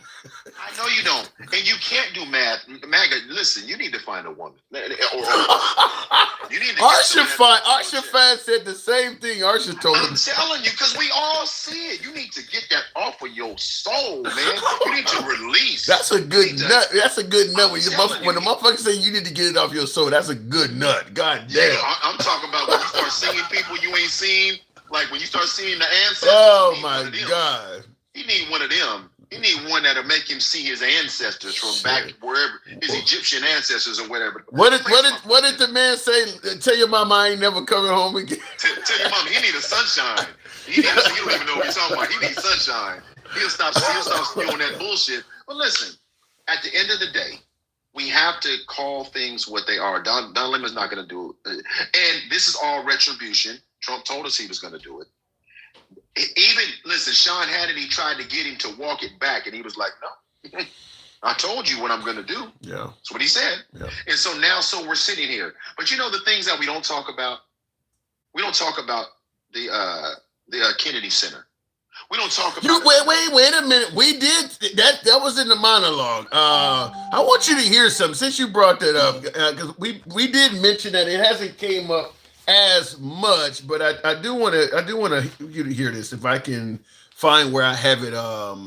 Because I watched what do you call it? Bill Maher and Chris Christie was on there, and I know a lot of my folks on the right don't have any love for Chris Christie because he too is on the wrong side of Trump. But he made a statement that is kind of in regards to what you're talking about. It's only a few seconds long. I want you to hear this. This is the interesting part because he doesn't, again, deal in subtlety. The sign says the Donald J. Trump and John F. Kennedy Memorial Arts Center.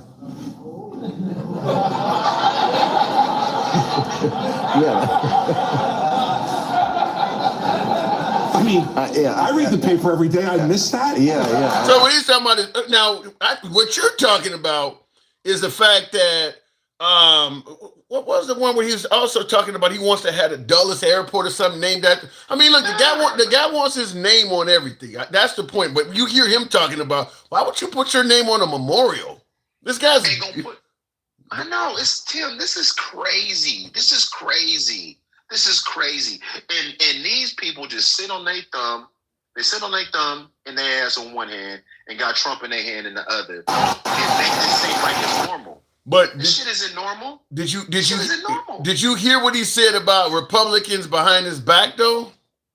Well, and I believe that too. I 100% believe that. Matter of fact, I expect that. But the crazy part is, Tim, you don't have a shortage of people that go, no, the monkeys weren't really racist. If you look at the whole thing in context. So let me ask you this, Tim. Let me ask you this. And this is what's going to happen, I guarantee it. If you're at the grocery store and you're in the produce section, and a white person just goes and tosses you a banana, what is that? What is that? I'm just asking. You remember the movie Remember the Titans? You remember when the coach didn't say a word? That's with Denzel. I don't remember that. That's in Denzel. I don't remember. Yes. I saw the movie. I don't remember that. And they had won the game. You remember because they had tossed him a banana and here's my point, Tim. These things have been going on since the beginning. That shit even happened to me, anecdotally speaking. Wow. I literally came out to my car at work. This is like 15 years ago, and it was the little banana and little Post-it note of the monkey see, monkey do, honey do list, and it was a little to-do list with the monkeys on it on my windshield. Damn. This is and that's what I said yesterday when we discussed this, is that because obviously MAGA, many MAGA don't see this as racist at all, and that's one of the things I said. One of the things I said is comparing African Americans to primates has been considered universally racist for over 100. It to me is probably maybe one step below using the N-word, and I even asked Straight Talk that when he was trying to say it's not racist. I'm like, have you ever in your lifetime seen a white person compare an African American to a primate and it was not considered as racist?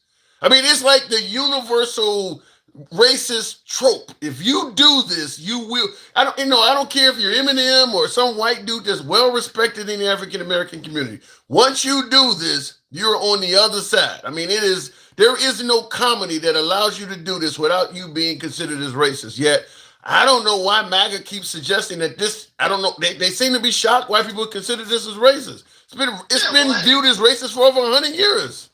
If it's not a big deal, when you go to work Monday, try that shit out in the office. I'm saying, if it's not a thing, Tim, if it's not a thing, when you go get gas tomorrow, when you pull up to go get gas after church, try that shit at the local gas station. Right, to the first black person you see, go ahead and call them that and see how that works out for you. Yeah. Here's my point. This is absurd, and we will never.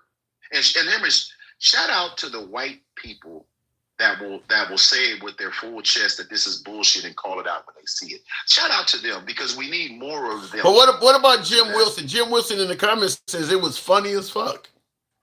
And again, you can call it funny as you want, and if it's that funny, share the joke with the next black person you see and find out how funny it is to them. That would be interesting. Well, listen, I'm going to say it like this. Because Richard Pryor proved, and so did George Jefferson and Archie Bunker, they proved that racist jokes can be funny. That don't mean they're not racist, though. So Jim Wilson 2014 says it's funny as fuck. It can be funny. Maybe you like laughing at racism. I mean, just because it's funny don't mean it ain't racist. Is what I'm talking about. Go, Mike. Right, but here's the hypocrisy. So Jimmy Kimmel did his monologue and mentioned Trump, and he didn't find that funny, and he wanted to completely get rid of him. These bitches are the biggest hypocrites and whining babies of all time. They are as mediocre as I've always told you they were. You don't want anybody to say anything to you about the things you do, but you want all the control to control everybody around you. That is the epitome of mediocrity. You want the participation trophy put on your desk. You want to be able to say and do whatever you want, and everybody to just accept it. But what about one of my viewers adamantly points out Trump did not post that. A staff member did. What say you? Okay, here's what I say.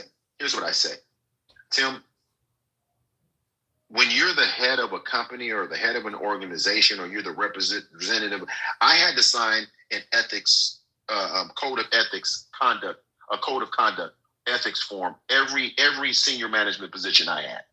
I represented the company even when I wasn't at work. You remember the two that got caught cheating at the basketball game in the private suite when they were up there kissing, and then it went viral. That the dude they worked together. You don't remember that? You don't remember that couple? No. This is about 6 months ago. They were at a sporting or at a concert. They were at a concert in the private booth, and they had put the camera on. Oh, you talking what they were at the girl, the woman? Yeah, I mean that was big news. Yeah, I know what you're talking about. Well, they violated the code of conduct for that company. Yeah. She was HR. She was HR, and I think he was the CEO, right? Yes. So what I'm saying is, there's an expectation we should have about our leaders. And whether, now people want to say, first of all, he said he posted it. The White House said he posted it. Then they backed up and said someone else posted it. And then I just, listen. That's what I was going, which is why the post says, what is the truth? Is because they did flip-flop. MAGA Reacts is talking about stuff like maybe they didn't hear the sound or maybe they didn't watch out. I mean, they did give several reasons. Some people said it was a staffer, but you're right. Trump said he liked the lion in it. So Trump made it clear. I saw at least some of it. I liked what it looked like, and then I posted it. So the staffer part is something that it sounds like his supporters or maybe MAGA or somebody tried to throw in and defend him. But then when he was questioned on Air Force One, he made it clear, I liked me as a lion. I just didn't watch the rest of it and I posted it. So, and again, he's a liar. He's a known liar. He's always been a liar. He just never shown character. He's never shown integrity. So it is what it is. But I'll say this to the people that think this is funny. You're endangering other people. How is this endangering folks? I'm going to tell you, Tim, and you, every time he says something or he does something, you'll see a video, whether it's on TikTok, Instagram, Facebook, of somebody going out and taking it a step further than what he said or what he did. right? Think about everything that's said, everything that he does gets repeated. Somebody's going to go out and think that this is funny and do that shit in the wrong place, and they're going to get the fire slapped out their ass. And again, people need to be accountable. You ask for a leader. You say you want somebody that shows all of this strength. This is a bully. And it's funny how this app is flagging people for bullying, but they continue to support him. Think about this. That's bully shit that he does. They all do. They're just being bullies. And then Obama and Michelle, with the grace that they have, they don't say nothing. They move on with their life. They're at the Olympics cheering on the Isn't that interesting? You know, the Obamas did not even respond to this. They didn't release any statement at all, did they? No, and I wouldn't have released anything either, because what is it going to do? Because at the end of the day, it's going to fan the flames. And sometimes you got to not say anything, not to protect yourself, but protect people around you. But we always have that burden, Tim. As African Americans in this country, we always have the burden of being resilient, or not always reacting, or forgiving. And then we're always told to move on, or to get over it, or that was in the past. But guess what? And then they tell us that we're talking about race all the time, but they always do something to inject it. Well, speaking of the notion that you should just get over it, in the comments, your whole life is a lie. It says quit being a sissy and grow up. I know. Listen, they always say that, and they always say that because they say we're whining. But speaking of pussies, the same person that said that, go out and try that shit then. Go since I'm the pussy and apparently you've got all this testosterone, go out and try that shit tomorrow and come back on the live and tell me how that shit went out, if you're able to do so. And this is the crazy part. We are never going to get closer. The division is going to continue to grow, and a lot of them want it. If the people that say that this is wrong don't stand up and say, that person who said that to me, they should be calling him out. Not me, but see, what happens is we get called out. We get called out for trying to protect the integrity of our race because it's always under attack. We're always under attack, Tim. But what about? But how do you respond to folks who might suggest, look, Trump sees Obama's, Hillary Clinton and the rest of the folks in the video as adversaries. He posted a picture of the Obamas as monkeys or whatever. He wasn't attacking the whole black race. It was just them two. Why are you trying to say that somehow it's racist when he was only going after his enemies? Because every time we're targeted, every time one of us is targeted, all of us are targeted. Now, let me give you an example. You show me a picture, and see, we don't do this, where you remember like when Trayvon Martin was unalived, and then a lot of white folks was online making this, we're Trayvoning, depicting him laying on the ground with the Skittles and stuff in their hand. Yeah. They don't deem that deplorable. But the minute that we just support an African American or push back on that, we're being sensitive. We always have the burden to acquiesce, to make them comfortable, and they want to put us back on a porch like we can't look, we can't walk there, cross the street, hold your head down, don't say nothing. And it's like, we're not there no more. We're not just going to stand by now. The fact of the matter is, Michelle and Barack are so classy, they're not even going to dignify that with the response. But do you think they're just thinking about themselves, or you think they're thinking about black people and the American population as a whole? I can't speak on it because a whole lot of black people want them to go scorched earth. I know, and they'll never do it. No, because they know if they go scorched earth, it's giving these races exactly what they want. They want us to come off the porch and go on the streets and act. I mean, like I've said all the time, because a lot of folks say you got Trump derangement syndrome if you keep talking about him or attacking him.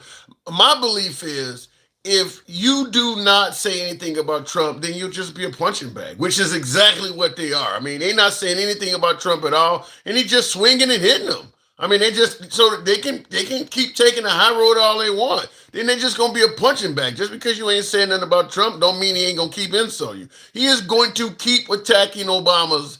Hell, I believe Obama could die and he would still keep attacking him. It's just, you're going to be a punching bag. Taking the high road with Trump don't mean he going to follow you. It just means you just going to be a punching bag. I'll give you the last word. I do got to move on. Yeah. Yep, that's perfect. So listen, at the end of the day, what bullies like to pick on somebody that they believe is inferior to them. But when you don't get a reaction from somebody, you don't know where they're coming from. Those are the ones you got to watch out for. You got to be careful when somebody doesn't react the way you want them to react, and you think that that's a weakness, because that's how you end up sitting on your pockets, right? That's how you end up picking out shapes in the clouds and shit. Damn. And yeah, well, and the problem with this, Tim, and I'm going to leave it here. If we don't find a way to look at this behavior and go, that's deplorable, that's despicable, no matter who it comes from, instead of trying to pick out, because trust me, if Obama responded, then they would say that if he posted something like that, they would forget that Trump ever posted that and attack him based on what he did. Yeah. That's what this country is. That's who they've always been. And we know it. We know them better than they know themselves. And the fact that he'll say he'll never apologize to it, it's not a strength, it's a weakness. It's a weakness. But guess what? People that love it, they're weak too. The people that love this behavior, they're actually weaker, because they're the person standing next to the bully talking all the shit that won't do nothing. I'll leave it at that. They're very happy with Trump. I got to move it on though, Mike. Thank you. By the way, folks, tap the screen. Get us on up to 100 and can we get 170? I might be asking him. There's a few of you guys in here. Tap the screen, help your boy out. He don't need to say in quality Leering Center. You know, guys, that's the play on Somali daycare there in Minnesota. Says he don't need to say sorry. He's okay in my book. I think he's okay in that book of most MAGA. And by the way, let me just be clear. For folks who say this is not, this is not racist or whatever. For MAGA, I think it could come out and say, so what? Maybe I am a racist. Maybe they are garbage or something. MAGA's not going to go anywhere for this shit. And just my opinion. MAGA believes that Trump is doing great for this country. What do I say about 90-10 issues? Same thing with Epstein. The guy is doing a great job for America, leading us down the path of greatness, making America great again. I don't like everything he does, but 90% of his policies, I believe, is in the best interest of the country. So even if he came out and said, yeah, so what, I'm racist, who gives a shit? I'm doing what's right for the country. There's some blacks that don't like me either. MAGA's not going anywhere. So for folks who think you're going to enlighten MAGA and point out that he's racist, they're not going anywhere. Same thing with the Epstein shit. It's not, when the guy said middle of Fifth Avenue, he could take a life in the middle of Fifth Avenue and his supporters would not go anywhere. Something is in him that made him say that. He didn't get that from anywhere else. Something led him to believe, based on his analysis from going to rallies and crowds and speaking with his fellow Americans, something led him to suggest that I could take somebody's life and my supporters would not go anywhere. Nobody made him say that. So the guy knows his people. What did he say on January 6th? They're not here for me. The guy is a genius when it comes to dealing with his people. He's a very smart man. He knows his crowd. And yeah, I don't believe that we can, like I said, we can debate back and forth whether you think it's racist or not. I don't think it fucking matters with MAGA. I don't think it really fucking matters. Looking in the comments though, I feel really bad for you. Truly uneducated beyond belief, says Aaron. Aaron, look, that's why you're here, sir. Perhaps you could be the professor today. Come on over to Instagram, TikTok, or Substack. We'll bring you up. You can educate me and anyone else watching the program. We don't censor you, Aaron. We don't censor you. Feel free to make those type of statements, correct what must be corrected, and we'll certainly give you plenty of time to get your opinion across. You're dealing with an uncensored environment, Aaron. So don't worry about that. Bring your politics, whatever you feel. Come on over and talk to us. I'll leave a place for you, kind of like Motel 6. We'll leave the light on for you. Anyway, looking in the comments, is he a very smart man, or are they the opposite, Tim? Could be both. Could be both. If I'm able to sell ice to Eskimos, am I smart, or are the Eskimos dumb enough not to know they can't get ice from their own environment? Well, I got to be smart enough to make some kind of pitch to them that leads them to believe they're better off buying ice from me than what's naturally produced around them all the time. So there is going to take some education from me. And I do believe President Trump is probably politically the best salesman we've ever had. I believe, if you believe MAGA's a cult, you ain't seen that from Obama's supporters or Bush supporters or Biden supporters. So something about him selling himself to his people. By the way, that's your job as a politician. Your job as a politician is to sell yourself to your constituents, to the voters. I don't think anybody does it better than Trump. I don't think anybody does it better than Trump. Now, I'm not going to pretend like everything he says is true or that he delivers on everything. But at the end of the day, as a politician, all you got to do is get them to believe it. Nobody does it better than Trump. Anyway, looking in the comments, I don't need read aloud for validation. You can ignore me. Hell, I recommend it. Okay, I don't need read.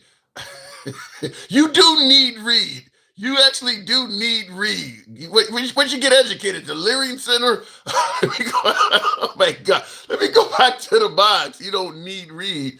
We'll continue on with Tamar, New Jersey's best. Good evening, Tamar. Welcome to the program. Tamar, good evening. What's going on, Tim? Not much at all. I'm hanging around at Leering Center, educating some of my voters, some of my viewers. So you see what's on the monitor behind me. What was your take on this when you saw this? It was a straight joke. He's a joke. It was racist. But you know what? I was gonna say to MAGA Reacts. It takes a real man to admit when you make a mistake, and because he was saying that he should apologize in the comment section, and I was typing when you. MAGA Reacts was saying who should apologize? Hey, mention that Trump should apologize for the post. I don't get. Something. It's crazy. It's interesting he was saying because I don't get a lot of MAGA that believe President Trump should apologize for this. Not a lot of MAGA believes that. But the whole thing is that it takes a real man to admit when you make a mistake, and that's not Trump. This White House is like I said, Eric Cartman from South Park. It's like a bunch of children running the country. Well, the stuff they do, like when Don Lemon got arrested, they go and post something like it's almost like they're little kids. Well, I've never seen nothing like this. I guess the first thing I'm going to say, because I want to play this clip for you. When you say it takes a grown man to realize he made a mistake, I want you to admit he made a mistake. I want you to hear this. A number of Republicans are calling on you to apologize for that post. Is that something you're going to do? No, I didn't make a mistake. I looked at the beginning of it. It was fine. They had that one post, and I guess it was a takeoff. By the way, a lot of people covered. If you look at where it came from, I guess it was a takeoff of the Lion King. I am, by the way, the least racist president you've had in a long time. I don't know why he keeps saying, but he started out by saying, I didn't make a mistake. So you say it takes a grown man to acknowledge he made a mistake. He makes it clear, I didn't make a mistake. Yeah, and the thing is, he contradicted what Caroline Lovett said, because she said that it was a staffer. He debunked that shit and said, no, I did it. Yeah, well, that's crazy. It's crazy that they do that. Your own staffer. Yeah, it's, Go ahead, my bad. It's crazy that so many folks rush to defend when he does something controversial. The default position should be let's wait till he says something, because they do oftentimes rush out, create a defense of President Trump, and then he goes on television and just makes it clear what you just said was a lie. That Sarah Huckabee Sanders used to deal with that all the time. She'd be on television doing the same thing that Caroline Levitt does, and she's defending Trump, and he's online posting some shit that goes completely against the defense she's giving him. So I don't know why they haven't learned by now. Let him answer it. Don't rush to defend him. I'm surprised the staff is not offing himself because of how stressful it has to be to work for this guy. They actually, employment-wise, they actually do off themselves. They quit pretty frequently. They don't last long. They quit pretty frequently. They do. I mean, can you imagine it? Can you imagine you're his PR person, and he's up at 2 o'clock in the morning sending out all these crazy ass posts, and next thing you know, in the morning, you're the one that has to clean up everything. Like the pay for that job Carolyn Levitt has must be pretty high. But I mean, listen, it is a historical job, there's only so many presidential spokespeople that have come through, probably less than 100 of them in history. So, I mean, it's an honorable position, but yeah, he makes it stressful as hell out there. I mean, but think about it. What was her name? St. Pierre or whatever that was doing it for Obama. I mean, for Biden. She had to explain him falling off bikes and going to sleep and shit. And she had to make it sound like he's coherent. I mean, it ain't an easy job.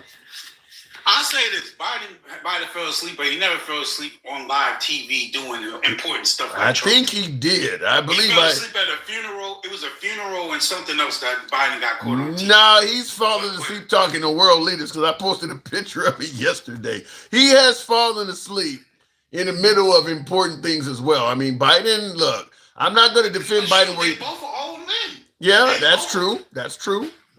They're both grandpas, and I mean.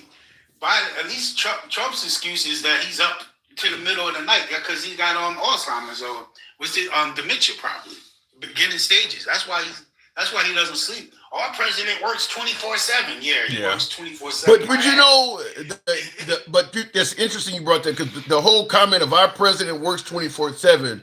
When Trump is trying to say a staffer was up at 10 o'clock at night posting this thing, no, your president works 24/7. That was him up at 10 o'clock at night posting that Lion King picture. It wasn't nobody else. Yeah. But Tim, didn't I tell you that they're up to something with these elections? Yeah. I've been saying it. I know I can't put my finger exactly on it, but I have a feeling he's going to try to say because he got robbed. 2020. That's becoming pretty obvious. Yeah, that's becoming pretty obvious. This is the reason that he should be able to run for another term because they stole it in 2020. But even if you can prove they did steal the election in 2020, you have served 2 full terms. You don't get a third one because of that. But in his world, it's probably going to be that. Yeah. I mean, the Congress, they do whatever the fuck he says. The Senate is basically doing whatever he says. They claim that they always want to take credit for, we're the hardest working under this administration, this and that. Nobody's seen administration work this best. We're the best this, we're the best that. Like, but here's what I don't get. We've had under Obama. Under Biden, all you heard about is Biden is too old. We need to have some kind of, not only a cognitive test, but we need to limit on how old you can be to run. But suddenly when it comes to Trump 2028, he'll be 83 years old. So you got MAGA believing that he can serve viably, he can actually be a viable president from the ages of 83 to 87? You know why? Because he wants to pass it on. He wants to pass away in office and pass it on to his heir apparent, whoever he wants. That's why I said it's almost like they're trying to take the Democrats out from the higher ups. You can't do it with the governors because each state is different.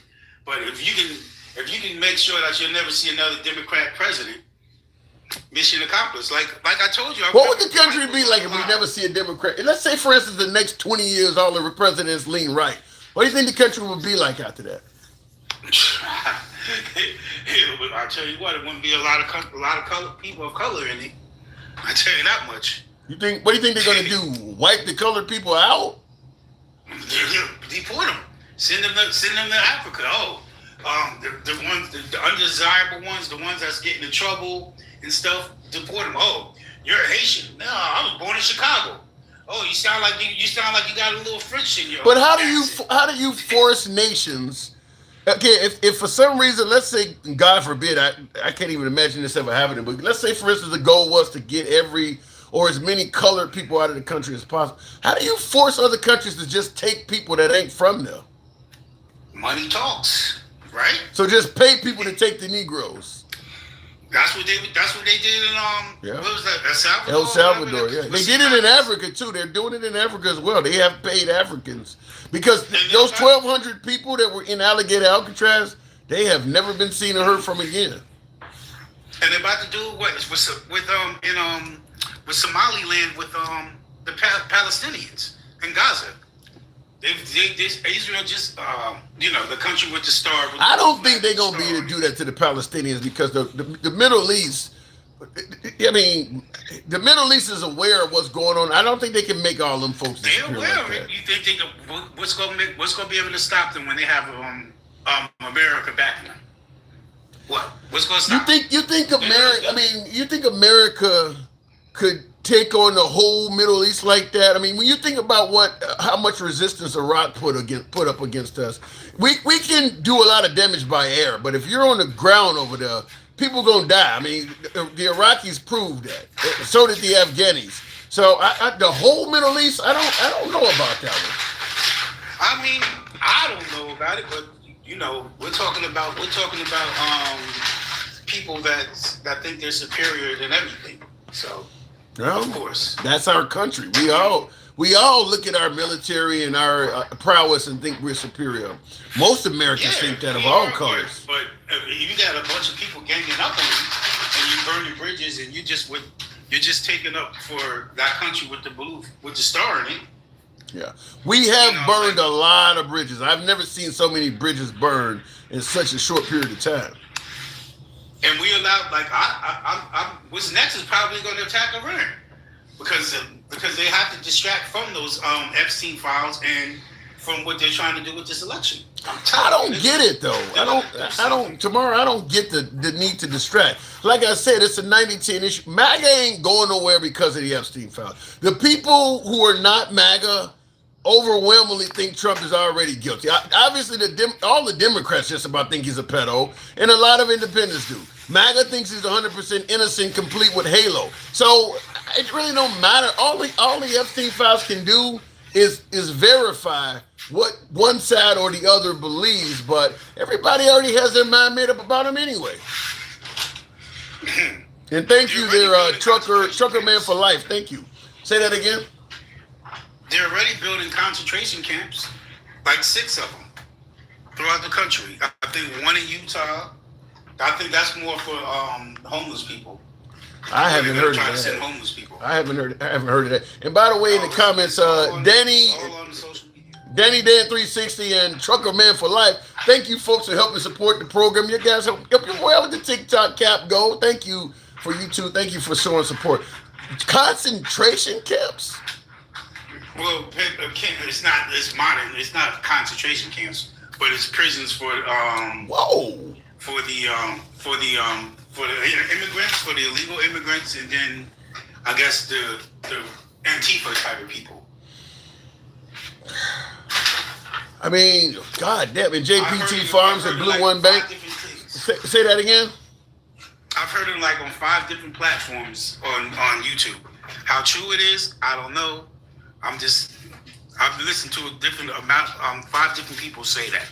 Yeah.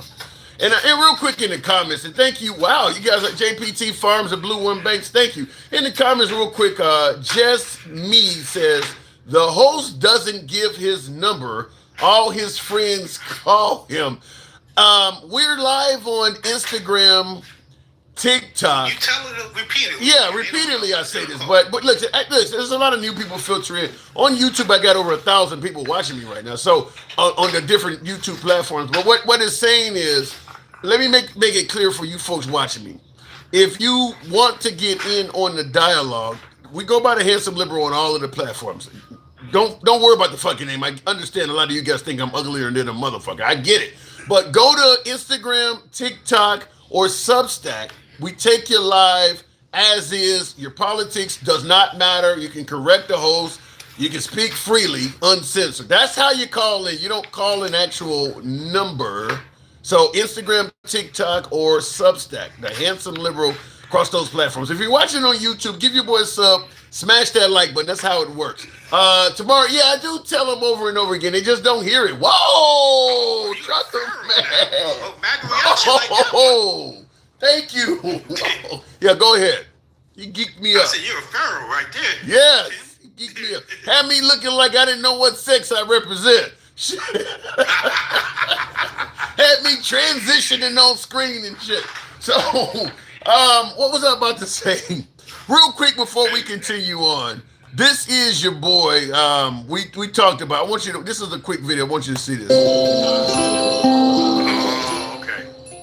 He's asleep there. This is Biden asleep in public. Joe Biden has a history of falling asleep during major events dating back to before his presidency. During an April 2020 Women's Town Hall on COVID-19, Biden appeared to fall asleep on camera while receiving an endorsement from Hillary Clinton.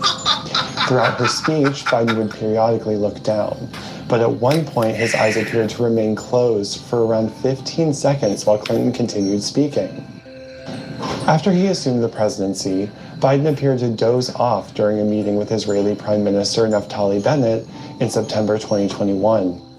Thank you, Biden sir. was mocked by former Prime Minister Benjamin Netanyahu over the viral moment. There's more of it. I'm not gonna play it all, but when you say he hasn't fallen asleep in public, yeah, he has. So this could be why Trump called him sleepy. So Well, they don't blow it up like Trump does. Like Trump.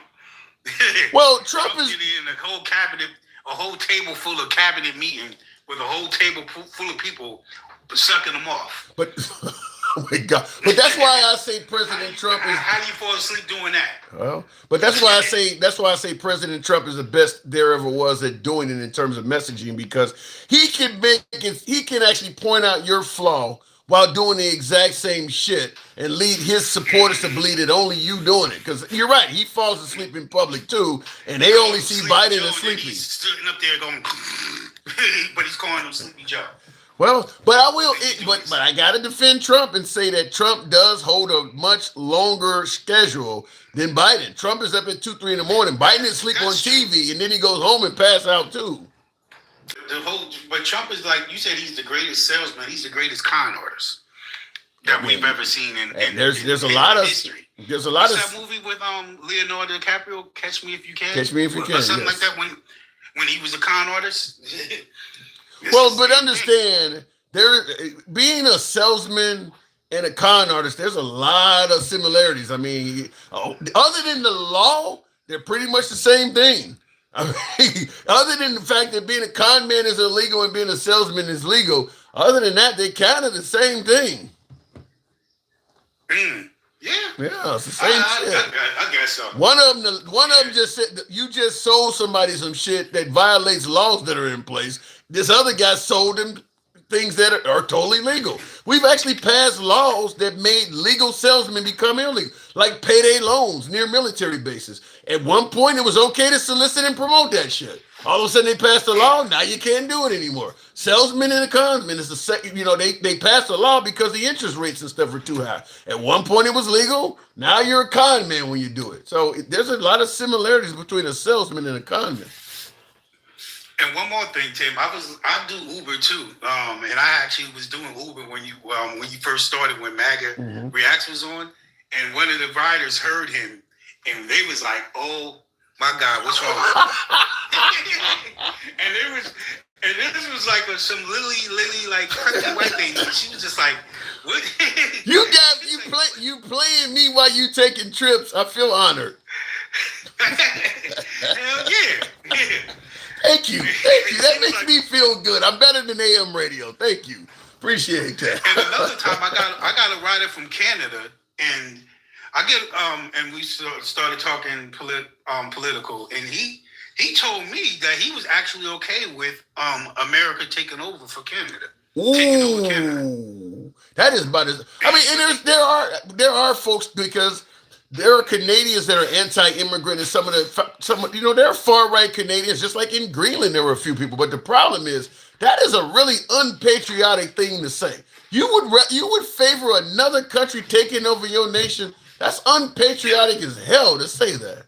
And he explained about like the healthcare thing. He said like the taxes that you pay for the healthcare, and like even if you try to go out on your own, you still have to pay those taxes. So if you was like, hey, I don't want the government healthcare, I want to do my own, it still comes out. They still deduct it from your taxes and stuff. Yeah, and a lot of people say that here, but that's because they don't give a shit about the uninsured. There's no way you're going to be able to give insurance to poor people without increasing your taxes. That's how you look out for poor people. You have to take a little bit from those who have. If the people who have says, I don't want any of my money to be affected by us helping out poor people, then you're not going to help them out.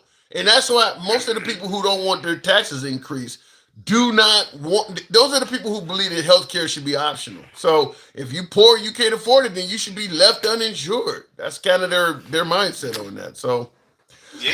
But to want another nation to actually suggest that you would favor another nation taking you over, that is terrible. Yeah, they said they was okay with it. He said he was okay with it. They were from a French part. I forget what part of Canada. But Quebec, Montreal, Manitoba. Yeah. So, yeah, that's terrible. So it was one of those areas, but they was really okay with it. I was surprised because I've had other people from Canada that was not that. Well, there is a mega movement, MEGA, like MAGA, but MEGA, Make England Great. I mean, Trump, the way Trump is governing America is unpopular and very popular in most countries. The far right community in England, Germany, all of these countries like Trump. I mean, he's a far right politician, and people who have far right ideology in those countries favor wanting a government like what he's trying to give America. I got to move it on. I'll give you the last word, but his popularity is something that will probably outlive us. I mean, I believe the MAGA hat will be a symbol of the far right, like a lot of other stuff, like Confederate flag. Yeah, like a lot of that stuff. You'll see people, young kids and stuff like that, wearing MAGA hats 40, 50 years from now. It represents a movement. Last word on you. Mark my words. I don't know exactly what it is, but there will be something happening that will affect these midterms because of this administration.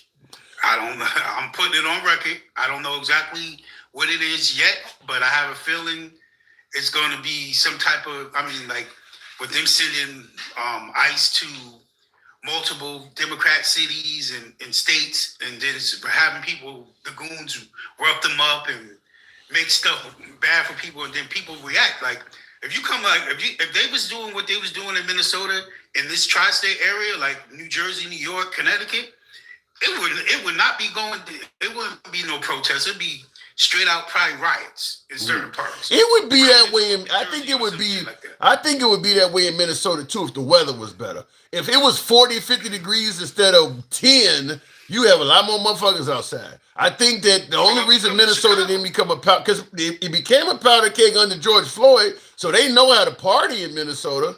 I just think it was so damn cold that had a lot to do with it. Tamar, thanks for coming through. Appreciate it.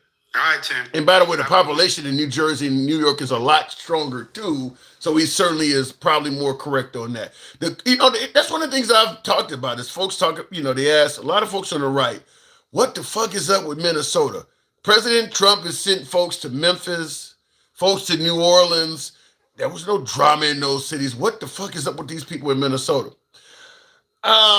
My opinion is, first of all, I think he sent law enforcement to New Orleans and law enforcement to Memphis. He sent goons to Minneapolis. So the mission statement of ICE in Minneapolis, I believe, was different than the mission statement in Memphis and in New Orleans. That's the first thing, because he is friendly rather. He's friendly with the governors of Louisiana and Tennessee. He hates Tim Walz, so he don't give a shit about fucking up that state or the citizens of that state or that city. So that's the first thing. All police departments don't have the same mission statement. And I always use, some of you folks have heard me say this. I use this example in the past, being from the south side of Chicago. Chicago has a lot of riffraff in it. And there are neighboring suburbs of Chicago that don't want Chicago residents in their suburbs driving through their. So if you go driving through a Chicago suburb and they can see the window sticker on your car, they know you're a Chicago resident, they're more likely to fuck with you. So that you get the message, don't come in this town.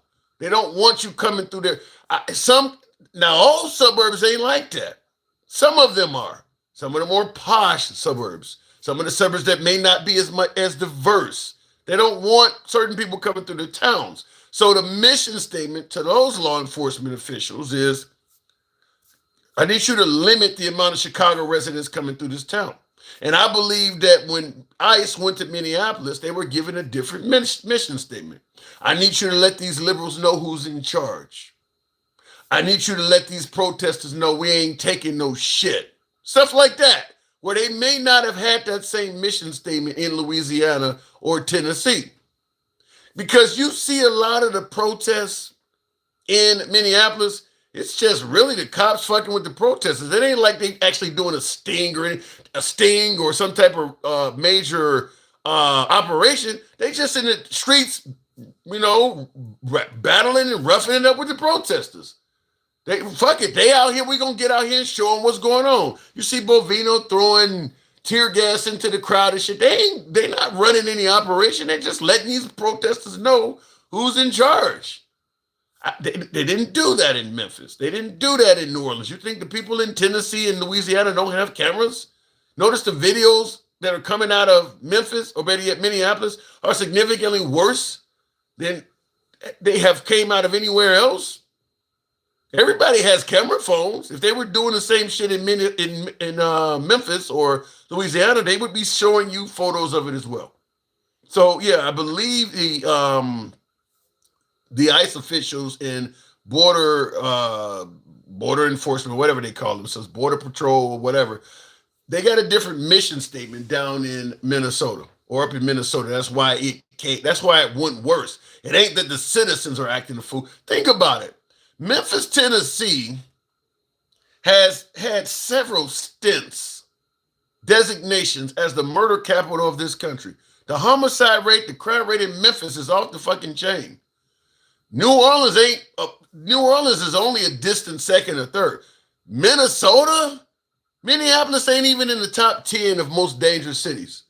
So you're going to tell me you went to the murder capital in this violent place like New Orleans and y'all didn't have any problems, but then you go to a predominantly white working class, and the cost of living in Minneapolis is pretty fucking high. These people all got jobs, and that's where you had all the drama. The white people turned on you. Renee Nicole Good and Alex Preddy, no criminal history at all. They wait until they're in their late 30s to start fucking with cops. That don't make any sense. That don't make it. It ain't that the Minneapolis residents were just pushing back for the sake of pushing back. ICE was given a mission statement, and President Trump, by the way, admitted when they asked him, "Did you learn anything from Minnesota?" He flat out stated the heavy-handed approach was probably not a good idea, something of that nature. So he admitted we went there with a heavy-handed approach. J.D. Vance taking to social media in the middle of that shit, posting, "Don't forget you got immunity while you're there." They didn't do that when they went to Tennessee, when they went to Louisiana. The mission statement of the cops in Minnesota was, "You are free to keep these fuckers in line, and don't worry, we got your back." That's what happened. And that's exactly what happened. They went there, felt the sense of freedom from the government, protecting them, and they wowed out on folks.